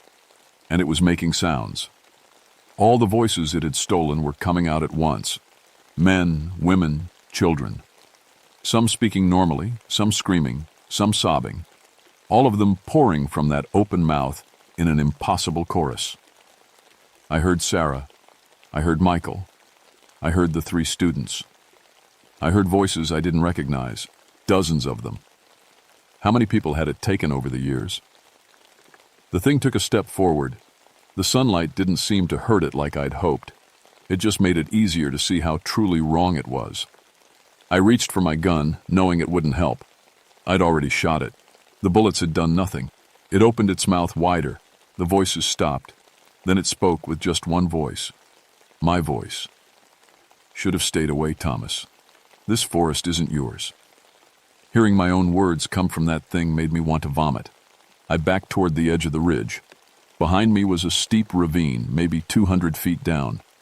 In front of me was this creature. How many? I asked. My real voice sounded weak compared to the version it used. It tilted its head, studying me. Then it spoke again in my voice, but the words weren't mine. 97 voices. Need 100. Need the old words. Need to call them back. The Yakima elders' stories. Michael's grandmother's warnings. They were all true. This thing was collecting voices to perform some kind of ritual, to call back more of its kind. You're not getting to 100, I said. It made a sound that might have been laughter. All 97 voices laughing at once. Then it lunged. I dove sideways. Those long arms swept through the space where I'd been standing. I rolled, came up running toward the edge. There was an emergency supply cache up here somewhere. I'd stocked it myself 2 years ago. The creature followed. It moved faster in the open, loping on all fours like a gorilla, but wrong, all wrong, too fast. I found the cache, a metal box bolted to a rock. I yanked it open. Flares, a first aid kit, a flare gun. Behind me, the creature was closing in.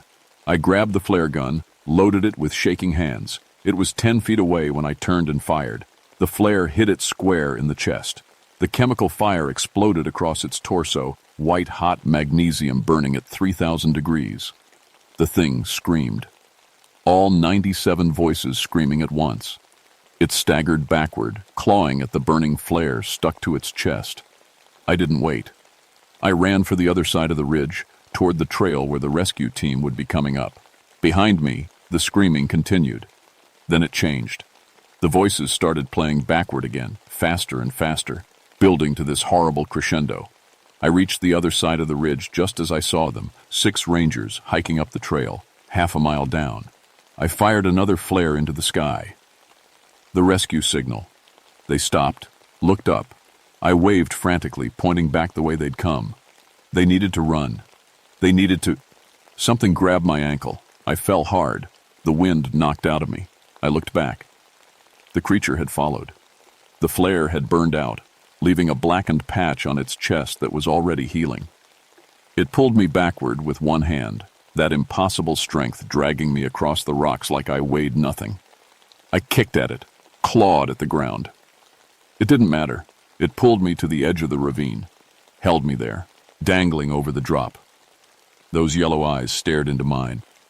Then it spoke in my voice one last time. You'll do. It opened its mouth wide. That jaw unhinged completely.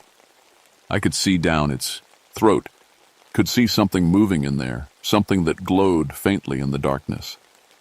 It was going to take my voice, add me to its collection. I stopped fighting. Let my body go limp. The creature pulled me closer, that mouth coming toward my face. Then I grabbed the last flare from my pocket and jammed it into that open mouth. I didn't have the gun, couldn't light it, but the creature's throat was hot. I'd felt the heat coming from it. Hot enough, maybe. The flare ignited. The creature's head snapped back. It released me, and I fell, tumbling down the ravine, hitting rocks and trees, the world spinning. I remember the sound it made as I fell, all those voices screaming backward, faster and faster, until they rose into a frequency that made my ears bleed. Then I hit something hard and the world went black. I woke up in a hospital 3 days later. They told me the rescue team found me at the bottom of the ravine with a broken leg, 3 cracked ribs, and a concussion. They said I was lucky to be alive. They asked me what happened up there. I told them the truth. All of it. They listened politely, made notes. Then they gave me the official report. 4 deaths from exposure and wildlife attack. The students had gotten separated in the storm, became disoriented. Michael DeWitt had tried to help them and been killed by a bear. I'd fallen during the rescue attempt. Wildlife attack. That's what the file said. I was transferred to a desk job as soon as I could walk. I didn't argue. I put in my resignation 6 months later, took early retirement, moved to Seattle with my girls. But before I left, a Yakima elder came to see me, Michael's grandmother. She was old, ancient, with eyes that had seen too much. She sat beside my hospital bed and didn't say anything for a long time. Then, "Did you see it?" "Yes." "Did you hear the voices?" "Yes." She nodded slowly. "Siatik, I'd warn people, tried to keep them away from the sacred grounds, but nobody listens to the old stories anymore. It said it needed 100 voices to call the others back." Her face went pale. "How many did it have?" 97. She closed her eyes. When she opened them, they were wet. The old ones had been hiding for a long time, waiting for the right moment to return. That's what the stories say. 100 human voices speaking the old words would open the path. "It didn't get to 100, I said. "This time," she replied. She left after that. I never saw her again. The official investigation recovered Jennifer Walsh's body 3 weeks later. They found her 8 miles from the camp, hung in a tree. Medical examiners said she'd been drained of blood through 2 puncture wounds in her neck. The report mentioned it, but offered no explanation. They also found something else, something they didn't put in any report. One of the rangers told me privately, after a few drinks. They'd found recordings on Michael's radio, 10 minutes of audio from when I was supposedly calling for help from the ridge. But it wasn't me calling. It was just breathing, and underneath the breathing, voices speaking backward. The audio analysis team tried to reverse it, to hear what was being said. They couldn't. The words weren't in any language they recognized. I still have nightmares. Most nights, I hear my wife's voice calling to me from the dark. Sometimes it's my daughter's. Sometimes it's Michael, whispering his last words over and over. I never went back to those woods. I never will. But sometimes, late at night, I think about what that elder told me, about the old ones hiding, waiting, about how close that thing came to getting its 100th voice, and I count 97 voices when I left it on that ridge. Since then, there have been disappearances. 3 hiker, as in 1978, 2 more in 1979, 4 in 1981. I keep track. I can't help it. The count is at 96 now, maybe 97. I tell myself the thing died from that flare, that it burned up, or fell off the ridge, or crawled away to die somewhere in the deep woods. But I don't believe it. And I need you to know this, whoever's reading this. If you're hiking and the forest goes completely silent, and I mean nothing, not even wind, you leave immediately. Don't investigate. Don't wait to see what happens. Just go. And if you hear your own voice calling to you from the trees, you run and don't look back, because it already got close enough to steal it.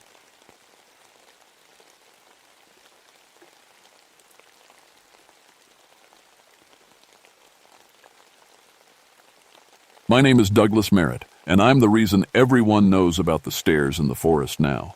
I'm also the reason we don't talk about what they're for, because I found out. I wish to God I hadn't. I've been a ranger for 16 years. Mark Twain National Forest in Missouri, Big Creek Wilderness Area. It's good work, quiet, honest. After what I saw in Korea, after watching Linda waste away in that hospital bed in '79, I needed quiet. My boys were grown and gone by then. The forest doesn't ask questions. It doesn't judge. It just is. Or at least, that's what I thought. September 14th, 1975.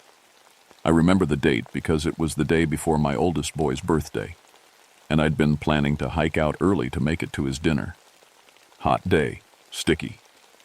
The kind where your shirt clings to your back and the bugs swarm around your face. I was doing routine trail maintenance on the Ridgeline Trail, about 35 miles from the station. That far out, you're really alone.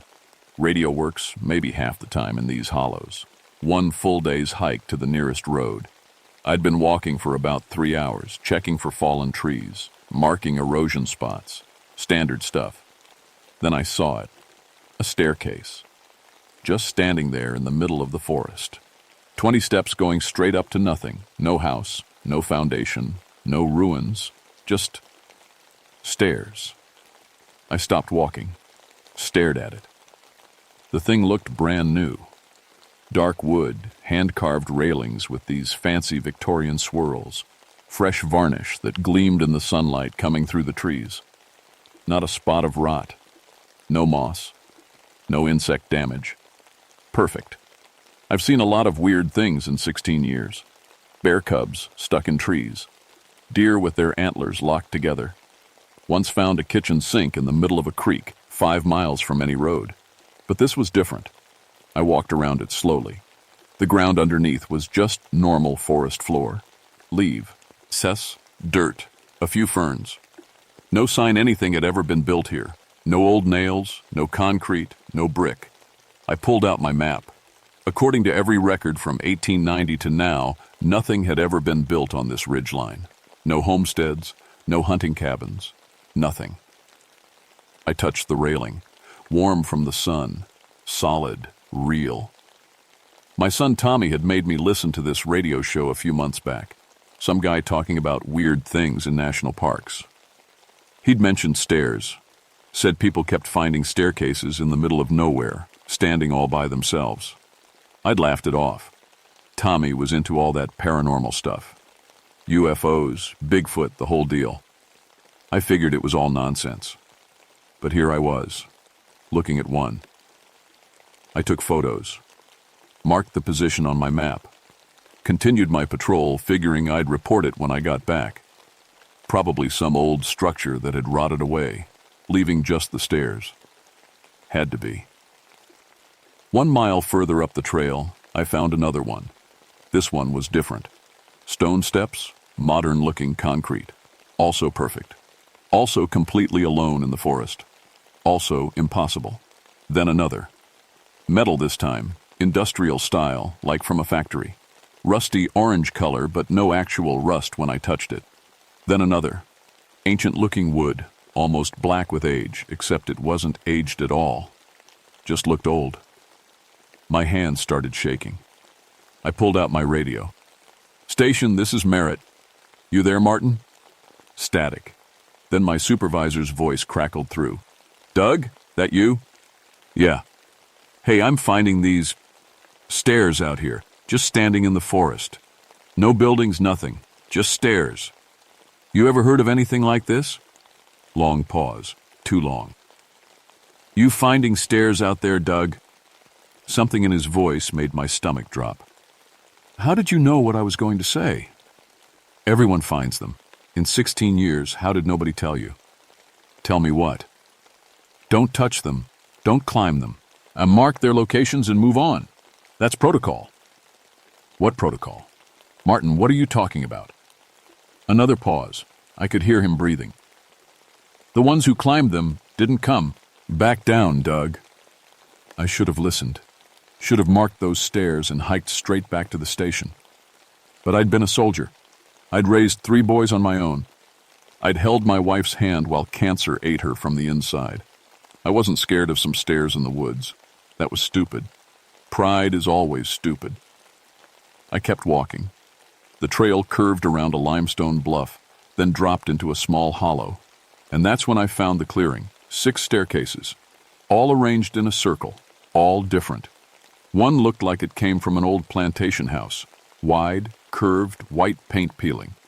One was brick, narrow, Victorian. One was steel and glass, modern as yesterday. One was rough-cut logs, pioneer style. One was marble, fancy as a courthouse. One was just plain wood planks, simple and worn.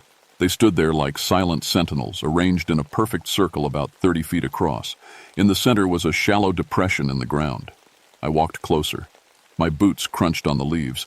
Everything felt too quiet suddenly. No birds, no insects, just the sound of my own breathing. In the depression, I saw bones, small fragments scattered in the dirt, part of a rib cage, what looked like finger bones, and cloth, rotted pieces of fabric in different styles. Denim, something that might have been cotton, a scrap of leather. My heart started pounding. I knelt down, looking closer. That's when I saw the journal. It was under a piece of bark, protected from the weather. Brown leather cover. Pages stained and wrinkled but readable. I picked it up with shaking hands. The first page said, "My name is Patrick Malone. If you're reading this, I'm probably dead. I climbed the stairs 3 days ago." I flipped through the pages. The handwriting got messier as it went on. I can't find my way back. I've been walking for 2 days. The trees look the same but different. They move when I'm not looking. I know that sounds crazy, but I swear they do. I'm so thirsty, but when I drink from the creek, the water tastes like metal and makes my stomach hurt. Next page. Something is watching from the top of the stairs. I saw it this morning. I don't remember seeing a top when I climbed up.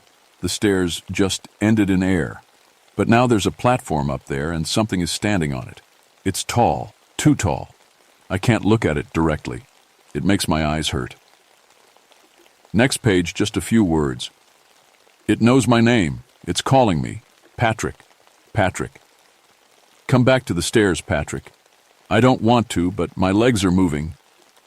The entry ended there. Brown stains on the paper that looked like dried blood. The date at the top of the journal said, June 1923, 52 years ago. I stood up fast, backing away from the depression. The journal fell from my hands. I needed to get out of this clearing. Needed to... Footsteps above me. I looked up. A woman stood on top of the marble staircase 15 feet in the air. She wore a dress from the 1950s, blue with white polka dots, the skirt full and proper. Her hair was curled perfectly. She stared down at me. I could see through her. Just barely, but I could see the trees behind her, through her body. Her mouth opened. She screamed. No sound came out, just her face twisting in silent terror. Then she jumped. But she didn't fall. She just vanished in midair, like she'd never been there at all. My radio crackled. "Douglas, this is Martin. Where are you exactly?" I grabbed for it with numb hands. "Big Creek Ridge, mile marker 23. "No, you're not." "What?" "Check your GPS." I pulled out my GPS unit. The screen was glitching, showing 7 different locations at once. All of them wrong. All of them miles apart. I pulled out my compass. The needle spun in wild circles, never settling. "Martin, my equipment's going haywire. Something's wrong with..." "Doug?" His voice was tight, scared. "Did you climb any of the stairs?" "No, I didn't touch them." "Are you sure?" "Think carefully." I opened my mouth to say yes, I'm sure. But I stopped, because suddenly I wasn't sure. Had I climbed one? I remembered walking around them, looking at them, taking photos. But had I stepped on one? Just one step to test if it was solid. I couldn't remember. "Oh God," I whispered. "I think I might have." "Then you're not in the forest anymore, Doug. You're in the between." I ran. Didn't matter which direction. Just away from that clearing. Away from those stairs and that depression full of bones and that impossible woman who screamed without sound. The forest looked the same, but felt wrong. The trees were taller, or maybe I was smaller. The sky was darker, even though my watch said it was only 2 in the afternoon. Every sound felt muffled, like I was hearing everything through water. My nose started bleeding. Just suddenly, blood dripping onto my shirt. I wiped it away and kept running. I had to find the staircase I'd climbed. Had to find my way back. Think, Douglas. Think. Which one had you touched? But I couldn't remember. It was like trying to remember a dream. The harder I tried, the more it slipped away. I ran for what felt like an hour. My lungs burned. My legs ached. Finally, I had to stop. I bent over, hands on my knees, gasping for air. That's when I realized I was back in the clearing. The same 6 staircases in a circle. But now there were 12, and the depression in the center was bigger. More bones, more scraps of clothing. A backpack that looked like it was from the 1970s, one of those metal frame ones. A rifle that might have been from the Civil War. A child's shoe, tiny, with a button strap. I wanted to scream, but my throat was too dry. Someone was sitting on the bottom step of the wooden staircase. A man, young, maybe late 20s. He wore hiking clothes, bell-bottom jeans, a faded green jacket. His skin was gray, mummified, but perfectly preserved, like he'd been freeze-dried. His eyes were open, staring at nothing. In his hand was a piece of paper. I didn't want to get closer. Everything in me said to run again. But I needed to know, needed to understand what was happening. I walked to him on shaking legs, took the paper from his stiff fingers. My name is Gerald Hughes. I've been walking for 3 days. The water here isn't water. The air isn't air. I'm dying, but I can't die. It won't let me die quickly. It takes turns showing you. At sunset. Whatever you do, don't look at sunset. If you look at it directly, you'll never leave. I'm sorry I looked. I'm so sorry The writing stopped. I turned the paper over. One more sentence, barely readable. It's not stairs, it's a door. And something is coming through. I checked my watch. 4:47 p.m. The sun would set in about an hour. Gerald Hughes. The name was familiar. I tried to remember. Then it hit me. Missing person case from 1971. Young man from St. Louis went hiking in Mark Twain Forest, never came back. They'd searched for weeks. He'd been sitting here for 4 years. I heard breathing behind me. I turned slowly.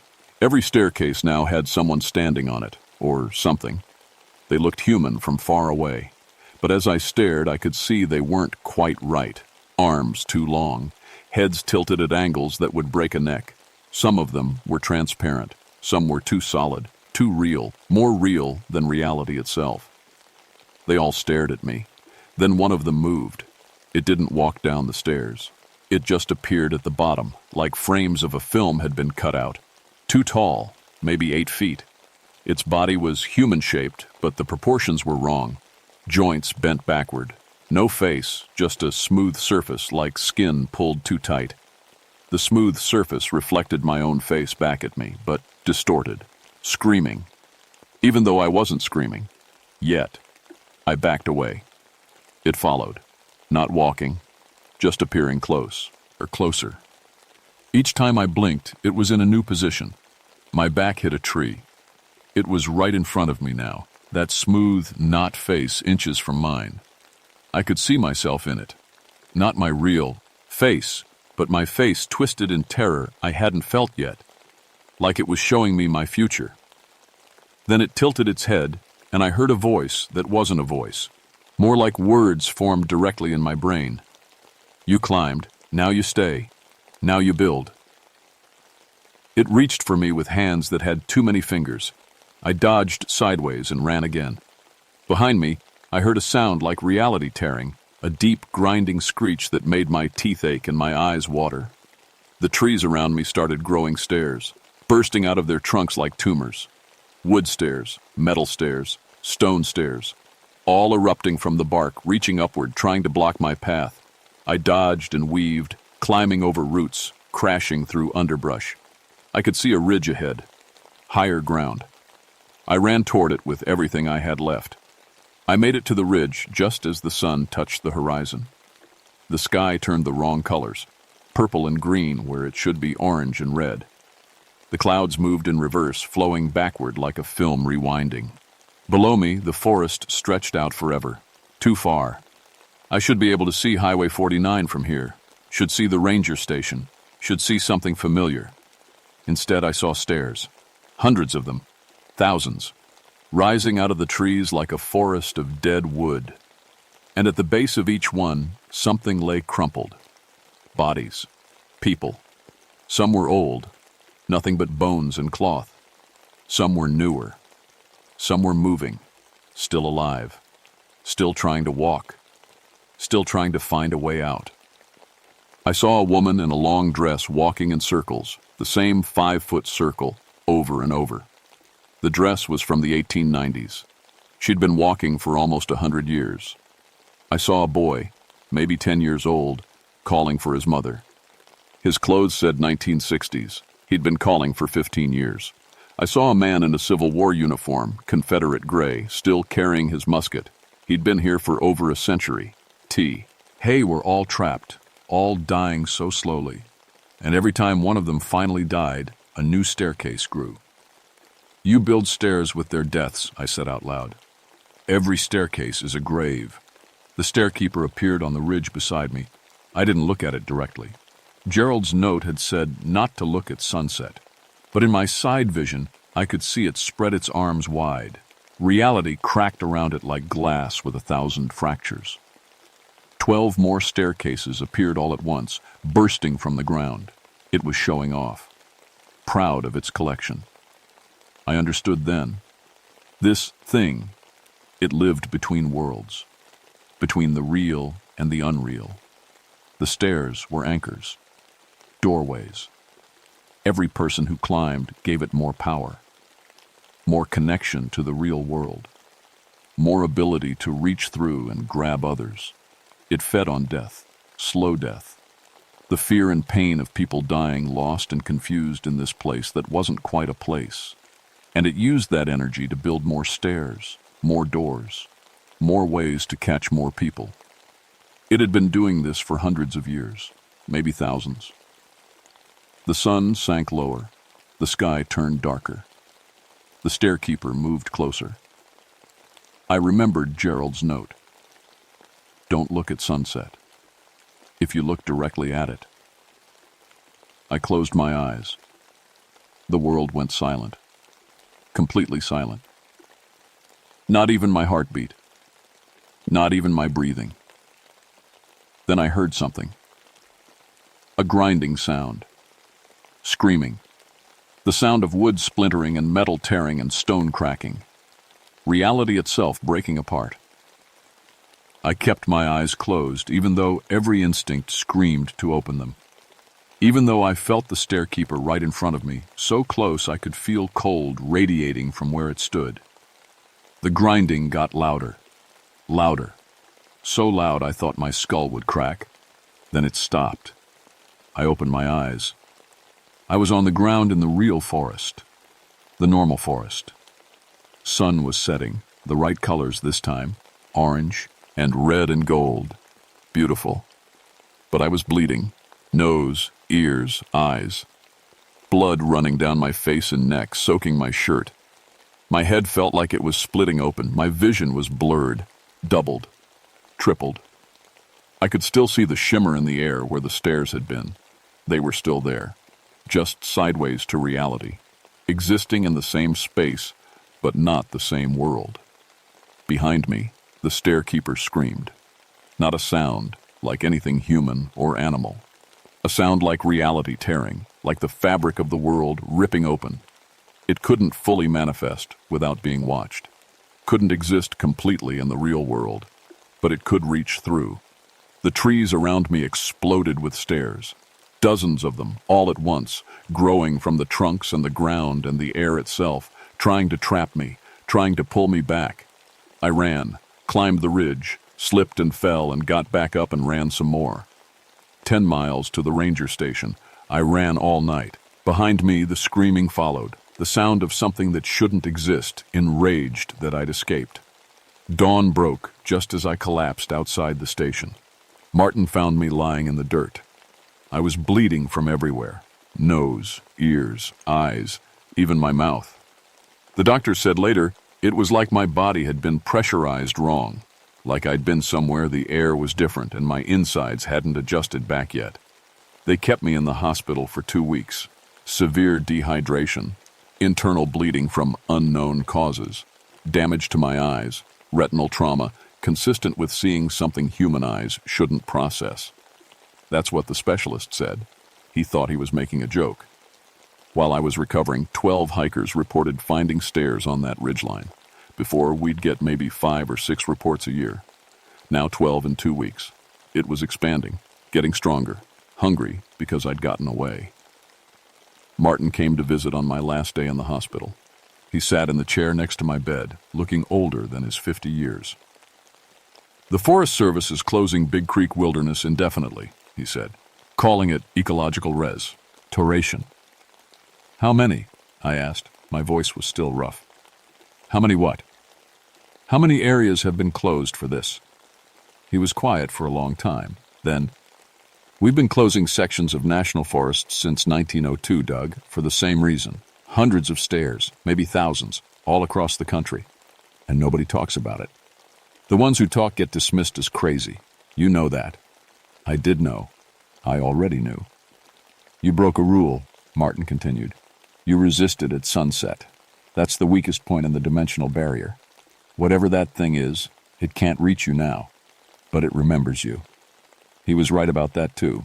I got transferred to a desk job. Couldn't do field work anymore. Every time I tried to go into the forest, my head would spin. Vertigo so bad I'd fall down. Even looking at stairs, any stairs, even in buildings, made my stomach flip.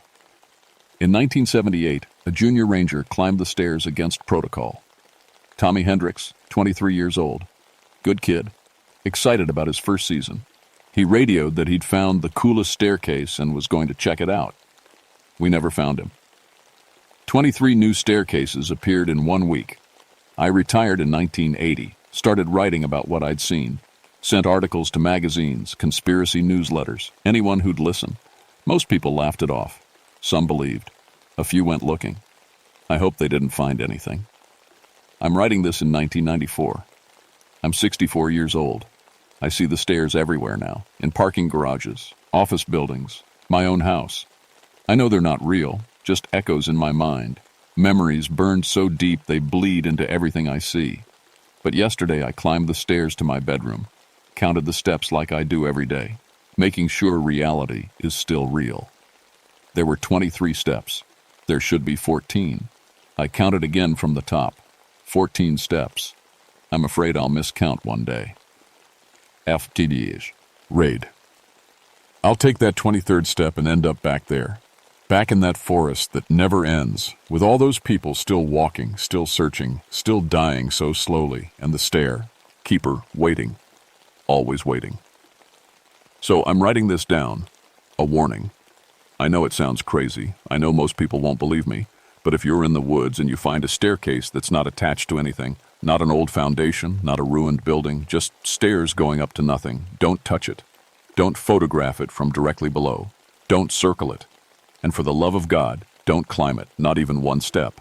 Because if you do, it'll feel completely normal. You'll think you're still in the same forest. You won't realize you've crossed over until you try to leave and can't find the world you left behind. And by then, it'll be watching you, waiting for you to stop moving.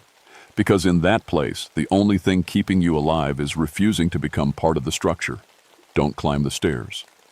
Please, don't climb the stairs.